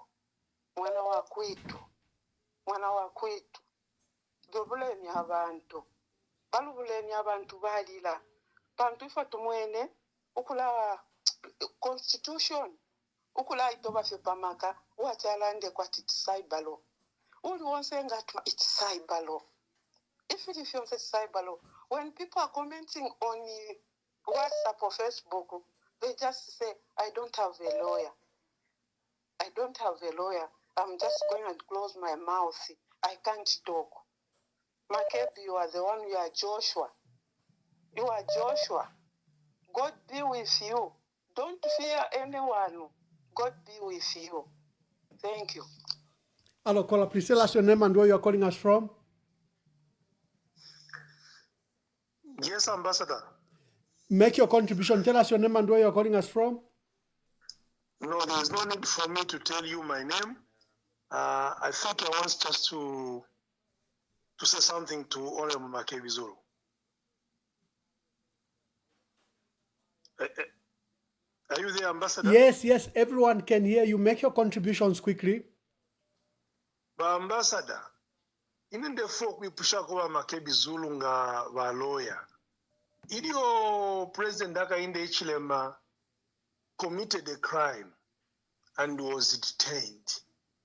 We saw the whole Western world, Patricia Scotland from the Commonwealth came in and trying to protect President Hakainde Hichilema when he was in opposition. Today, we have seen all the critical members of the opposition being detained and incarcerated. We have just seen so very quiet to the Western world. What is it? I need the Honorable Makebi Zulu to explain to the Zambian people, since he's a legal counsel and has been there. Thank you. Hello, caller. Please tell us your name and where you're calling us from. Good evening, Ambassador. This is Rob. I'm calling from Manchester, UK. Yes, Robam. Thank you so much for this opportunity to allow me to speak today, Mr. Makebi Zulu. It's quite very emotional, actually, to hear mothers speak like that, like Queen Pumi. There's always say when a mother speaks, and all the mothers that have spoken today, then you know that there's something happening, and what we want is to have a president that can show love and loyalty, and that's not what we're getting. from this, not just the president, but his entire government. You know, when people question that things are not okay, and then the president has the audacity to even say, Mukarakut. You know, so with them, when they talk about Kwenyu, they are talking about their own pockets. But we have a responsibility with all the Zambians. Today, I think everyone can testify that Zambia is not independent. You saw what happened with that church gathering that was stopped when it's been going on for 20 years. But this government, whether it's the police, they stopped it. And so many things that are going wrong in our country. Hakainde Hichilema has put us in what we call a time machine. He's taken us, he's been talking about forward. You guys that keep on pointing these pressing us forward. And we found ourselves pre-independence. Everything that we fought for, it's gone. And if you do not realize that you have no independence in Zambia, then you really need to go on your knees and pray. Because Zambia needs a second independence, deliverance, and having someone with empathy and love and loyalty that Makebi has done. Like all the people have said, it's something that we need. Someone that will stand for the Zambians. Whether he goes to negotiate for anything for the Zambian, but he puts Zambia first. That is what we want in a second independence. Thank you so much, and all the best, Makebi Zulu, and we are here if you need anything. Thank you so much. Thank you. Thank you, Rob. I'm from Manchester. Hello, caller. Please tell us your name and where you're calling us from. Hello, good evening. Good evening. Yes, good evening, Ambassador Wamba. This is Don Oscar. I'm calling from Italy. Yes, Father. And my greetings to Council Makebi Zulu. I'm very much pleased to have listened to him, and I've heard a lot of callers calling him now to. People are calling names like you are the Savior, you are David, you are Moses, and things like that. I am proud. What has made me proud this evening is to hear that Makebi Zulu has emphasized he is considering to have a conversation and consultation. And this is not, his decision is not going to be an I, but it's going to be a we program. And that is wonderful. So Makebi Zulu, my request to you is, basing on this we you have underlined. So my request to you is this. Looking at what is happening in our country, umunwe umo tausala inda balanda mchiwen, but umunwe umo tausala inda. Looking at what is happening in our country, Makebi Zulu, that humility that you have shown this evening on this platform, cherish that humility. It is a sign of wisdom. Make consultations. Speak to gentlemen who God has called to come out. Basangwa, Brian Mundubile, KBF, Kasonde Mwenda, Binwa Mpondo, and others. I've just mentioned a few. Please knock on their door. Sit down. Omunwe Omo, Tausalanda.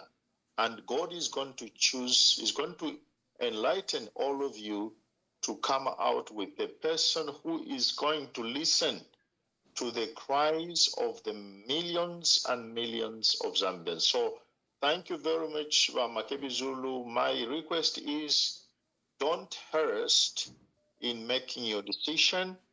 Please go and consult and sit down. And please then listen. The voice of the people is the voice of God. The people are speaking. The people are calling all of you. Come together. Come together and show the Zambian people that you have an intention to serve them and not to command on the Zambian people, but to serve them. So thank you very much, and go ahead with that humility and wisdom, and God is going to bless you. Thank you very much, Mama. Thank you very much. Hello, caller. Please tell us your name and make your contributions clearly. The phone won't stop ringing. Thank you very much, Honorable Mwamba. Yes, thank you. Make your contribution.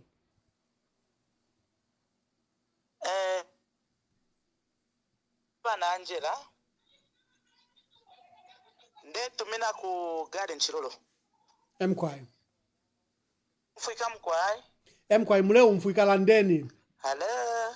We can hear you very clearly. Awe. Thank you very much, Honorable Emmanuel Mwamba. Ifo tuli kuno ba Makebi Zulu. Bantu butushe botwa nabufula ba Mwamba. Apa telefo omuntu wakwisa mukutulubula. Bantu natuchula sana. More today it is independence nga abantu bale munika watuli bana banshiwa. So if hope yesu ili paliba Makebi Zulu. Kese turubula mu 2026 so that tukese kalako bwino. Abafyashi besu bali tufumya machushi onsayo twapitamo. But by this time we are still suffering machusha ene amwene mwamfa ba Mwamba. So if onse ikachene ni mubombere chapamo ba Makebi Zulu nga mwa president ba vice lero mwaisa pange chakosa twamibika mu 2026 mutufumyeko mu nsala twali sana amaso ya pieces. Enough is enough.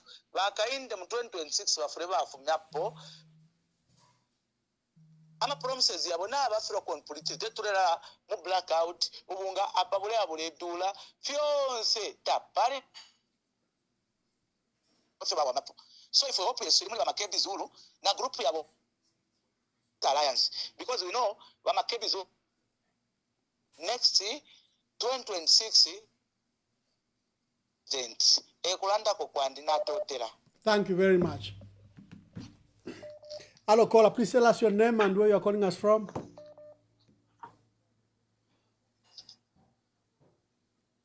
Hello caller, please tell us your name and where you are calling us from.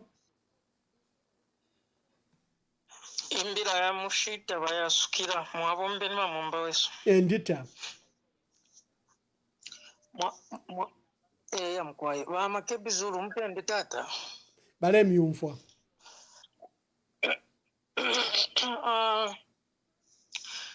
Makebi Zulu ichakubalira po ndetira alatata mwabombeni. Mwabombeni batata ba Makebi Zulu mulando wa kutusebulula ensoni. No kusebulula insoni family ya balungu. Pali chiwa Makebi Zulu na debo kishapona timu wabombeni. Pakuimina na pachishinga ba Makebi Zulu. Tuwaishokete ama lawyers abengi ba Makebi Zulu. Lupia bafuwa ya pantu balula ichabu pechabo chiria nangu ichabu pechabo nga business. Lelo mukumona kwandi nangula tefyo chiri ngefyo chiri nangu tefyo chiri ndetira ba Makebi Zulu ndechetekero ubuteko bubu ababa Hakainde Hichilema wali michitapo na ofolupi olwingi sana bakutira tiwenga muna fenba mwenga chita convince ya family ukutira ti uli omubiri mulete kuno ku Zambia no kuisaseba na uli omubiri muno mu Zambia. Lero pali buchinga tibwenu ba Makebi Zulu na muimini na fyapa kosa mkwai okuchita bwino advise family yo yaba yashiba Edgar Chakwalungu na pali chi tuletira mwabombe ba Makebi Zulu.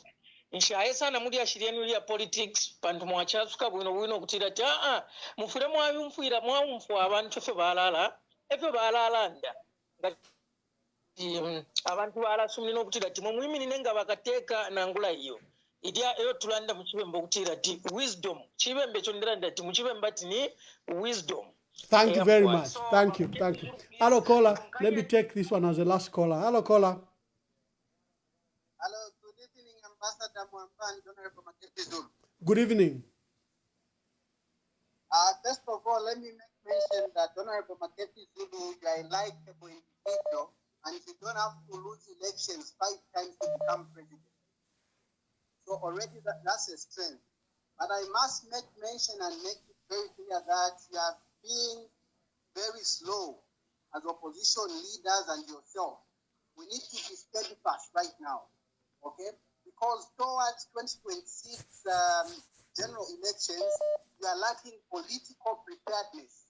So you need to be fast. Okay, all the opposition leaders, you are taking time to make action. You are taking time to make the critical decisions. So please, as much as you are consulting, know that Honorable Makebi Zulu, people want you, and make that decision ASAP. Thank you. Thank you very much. Hello, caller. Please tell us your name and where you are calling us from.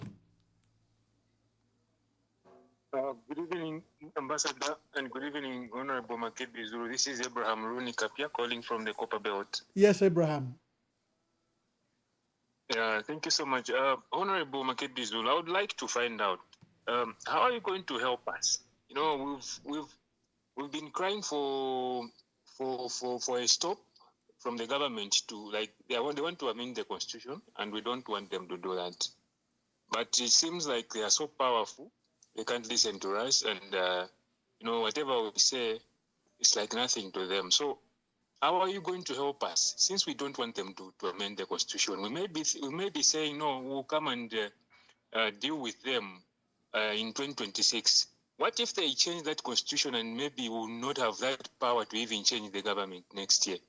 Because if they change this constitution, if they amend it, we're going to have a problem, maybe even when it comes to elections. So I was thinking maybe if you, as a lawyer, as a constitutional lawyer, can help the country to fight this one, because it's dangerous, and our country, where it's going, we don't even really know where we are headed. And secondly, Honorable, we've heard people calling your name to say they want you to lead this country. I think even if you never had those intentions, then I think you need to have them. If you never had intentions to come and contest, then please, sir, this is the right time to contest. And personally here myself, I'm saying we need you to come and contest. Yes, we have a lot of leaders that are vying for the same position, but please, sir, they're also calling for your name, and please come and contest for the presidency. We will support you. Thank you. Yeah, I keep on saying the last caller. Okay, now you are the last caller. Thank you so much, Ambassador. Always a pleasure to call in, and thank you for the platform. I'll remain anonymous. Yes, anonymous. So sad that it's the first time in Zambia that being anonymous has become a norm. You know, it's unfortunate. I would like to commend Honorable Makebi Zulu for the work that he's done.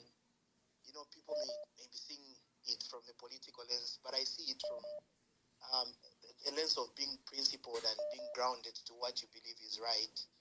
I wouldn't be happy for my relative or my parents' body to be, you know, brought back in the name of dignity, but all because they want to stage it for, you know, laughter and mockery. I wouldn't do that.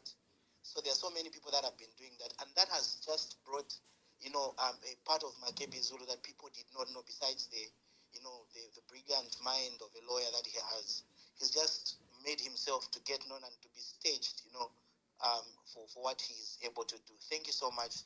Zambia at 61, there's so much to talk about. Ambassador Mwamba, we keep complaining. We keep talking about, you know, a government that lies to people and makes it a norm. Just the other day, I was seeing a whole Republican president lying about facts that could be verified by even a 7-year-old child, saying when the PF left government, the dollar was at 24 against the kwacha. Who cannot find that information on the internet? And then he says they've stabilized it to 22 when the records were actually, you know, showing that it was towards 23. When PF left government, the dollar was 17.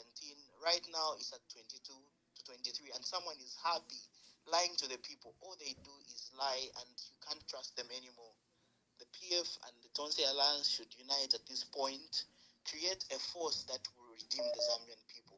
Some of us are calling from outside and may not really face the problems directly, but in one way or the other. That's why you see a lot of callers coming from overseas and abroad, because they are still connected to the Zambian people, and the problems of the Zambian people are still our problems. Thank you for this platform. Don't undermine it, Ambassador. You're doing great, and God bless you for it. Thank you. Thank you very much. We have to end. As you can hear in the background, the calls are still coming in.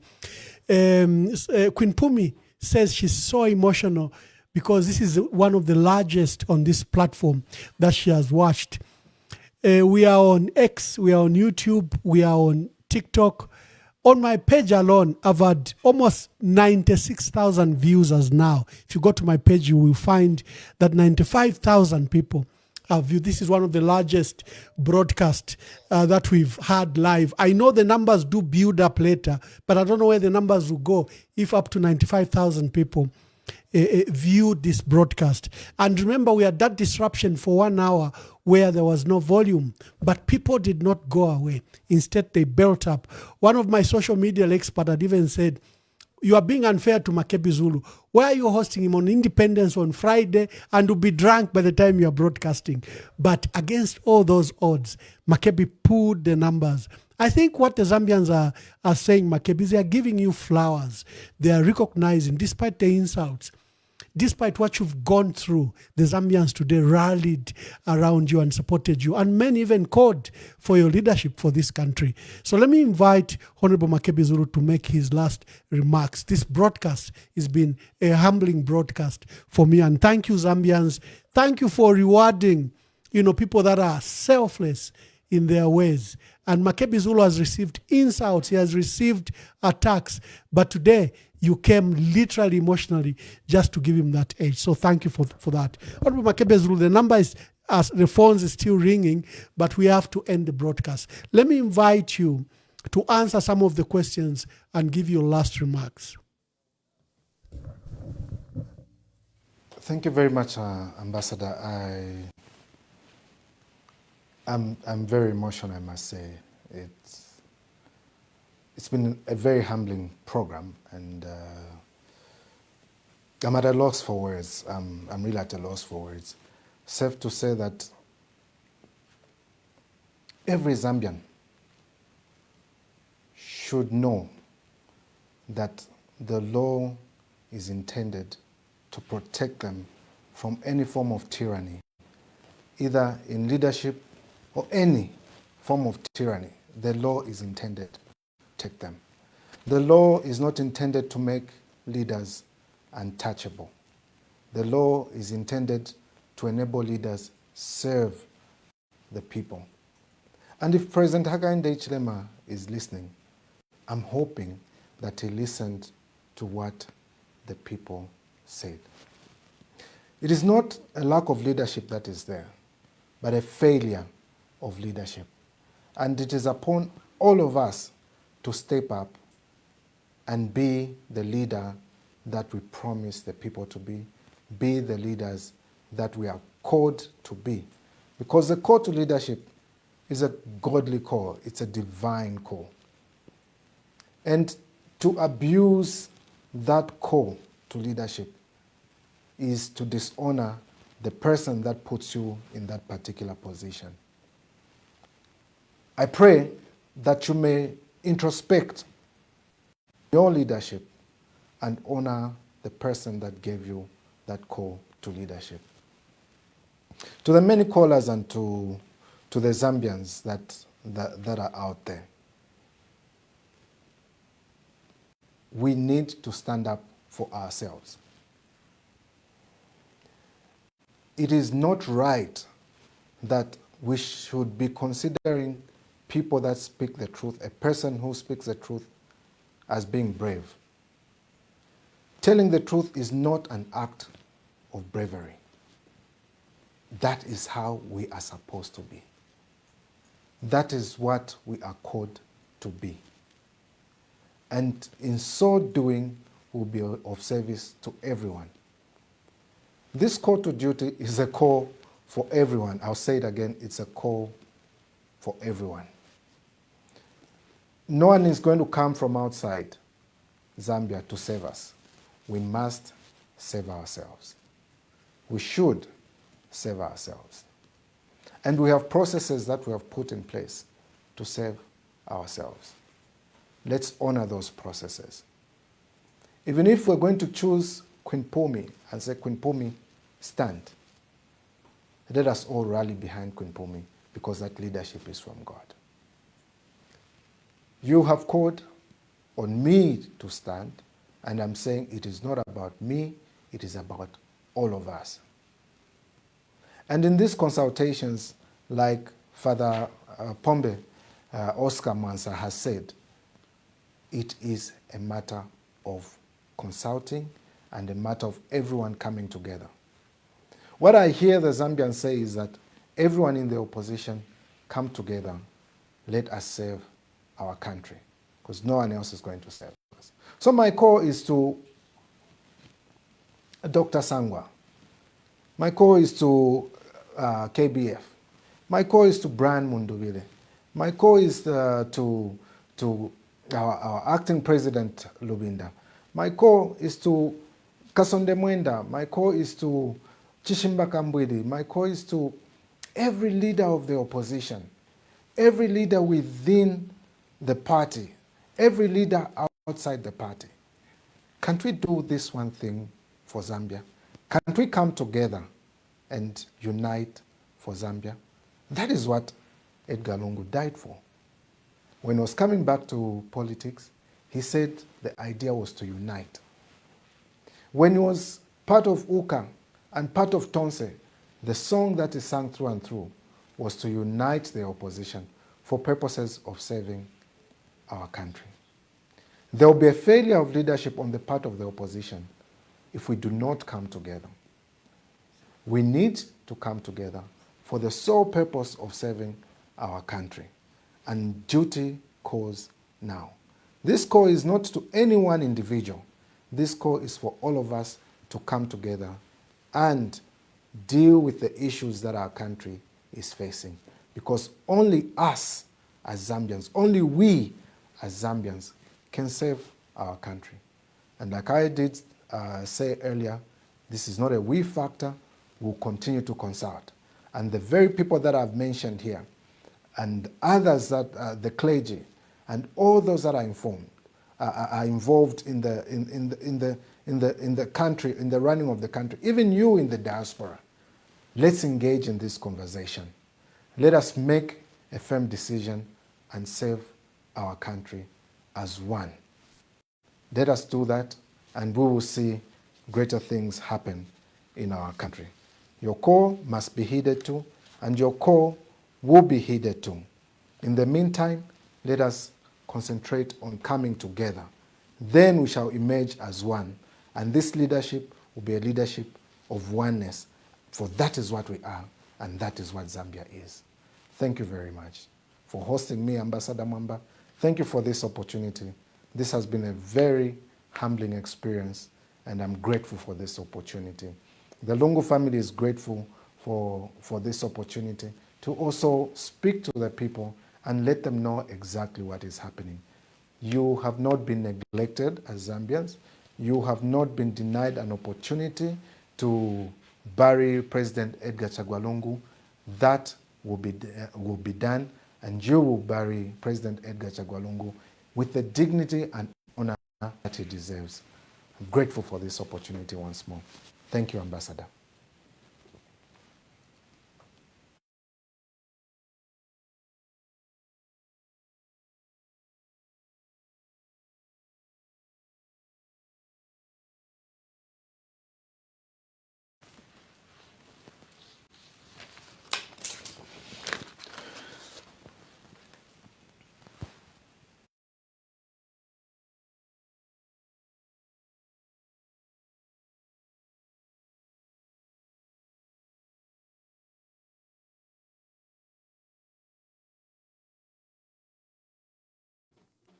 Sorry, Honorable Makebi Zulu, I didn't realize I'd muted myself. But there's a question of faith. Before I let you go, there's a question of faith. Would you like to answer that question? Yes, I would love to answer that question because I'm not ashamed who I am.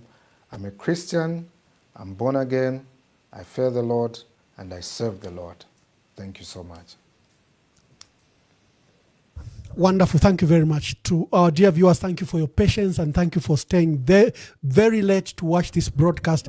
And we are humbled by the huge numbers that have turned up to the broadcast, almost going to 100,000 views just this evening. God bless you. And until we have another broadcast, I think on Monday, happy independence and reflect on our country. Our country can be better.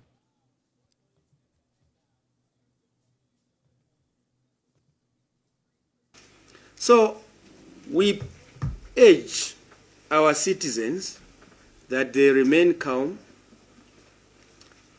We can see light at the end of the tunnel, and that tunnel is now becoming shorter by the day. As we speak, we now have unprecedented rains in the last maybe 2 decades. And with those rains, yesterday Cabinet was informed that load shedding is likely to begin to diminish by June 2025. This is because the major water catchment areas of northwestern province into the Barotse, plains, and now also the Kafue, flood plains. Water takes 3 months journey to move from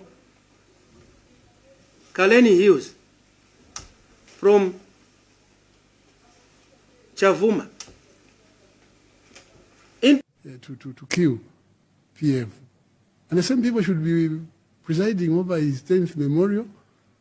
The same people should be putting his ghost to rest forever, and we are watching.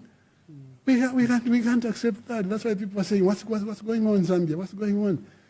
Because I don't want to say people were happy and excited when Mr. Sata passed on, because that's a fact.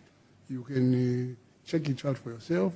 I don't want to say from day one, after Mr. Sata died, people began trying to destroy his memory by destroying PF. Just to put it very in clear context, you are saying when Mr. Sata died, some people celebrated. Yes. They even began to campaign immediately. Yes. Yes. They saw it as an opportunity to get to office. Yes. So that is a fact. And now, the same people went further when they got power in 2021 to destroy his party. And tomorrow they want to attend the memorial to make sure that even his party dies with him forever. We can't allow that. So for me, I'm waiting between now and tomorrow morning to see what happens. How can you allow somebody who has murdered your son or your daughter and you are still mourning to come and attend the funeral and be made to speak at the funeral? But how good your son, was. And you know about it, you say, wait a minute, what's happening? And I think I can just say the whole thing, I summed it up when I spoke to one guy. I said,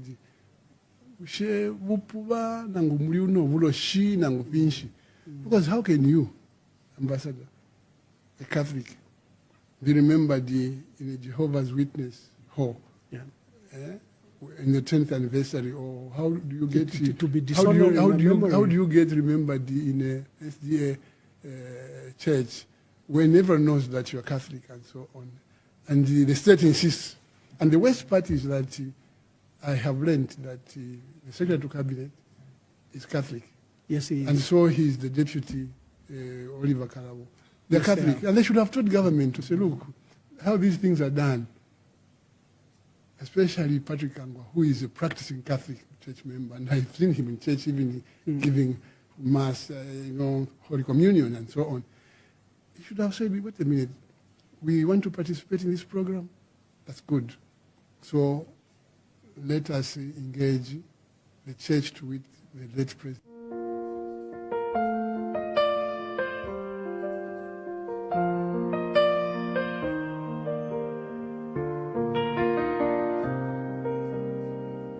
Today we stand at a crossroads. not just of politics, but of conscience. The passing of our humble president, Mr. Edgar Chagwa Lungu, is not only a moment of mourning, it is a moment of reckoning. Let this be a message to every future politician of Zambia. Power is not a crown. It is a responsibility. You are not above the people, you are born of them. You are raised by their trust, and you are judged by how you honor it. What we witnessed during President Lungu's health challenges must never happen again. No family should be dragged through courtrooms while grieving. No widow should plead for dignity.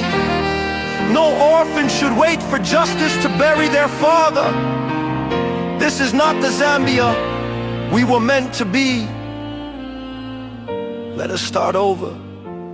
Let us rebuild, not just our institutions, but our hearts. Let the death of President Lungu remind us that we are each other's keeper. That love is not weakness, it is our greatest strength. That the Bible commands us to care for the widow, the orphan, and the stranger. And that true leadership begins with compassion. We only have one Zambia. Let us raise her high, not with slogans, but with service. Let us show love, not just in words, but in action. Let us unite, not just in grief, but in purpose. To the Lungu family, we are with you. To every citizen, your pain matters. To every leader, your legacy begins now. One Zambia, one nation, one heart.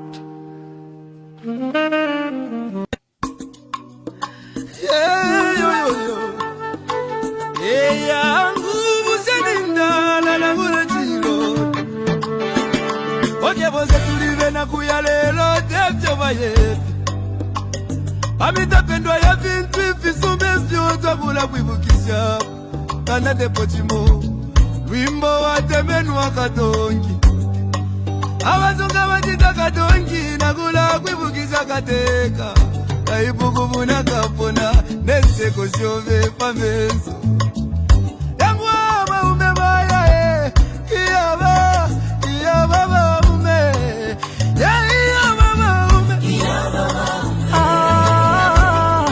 kateka wabantu twakulira lelo twakulira shikakukonke milimo shove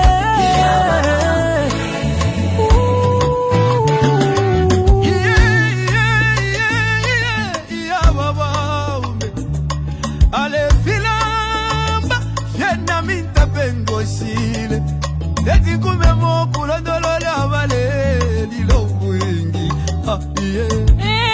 Iseko wingi mwakwete Iseko wingi mwakwete Mwaya mwende wino tata wesu Kachusi muchi mwakege Wali bomba kale Komba mwatuja tureli lake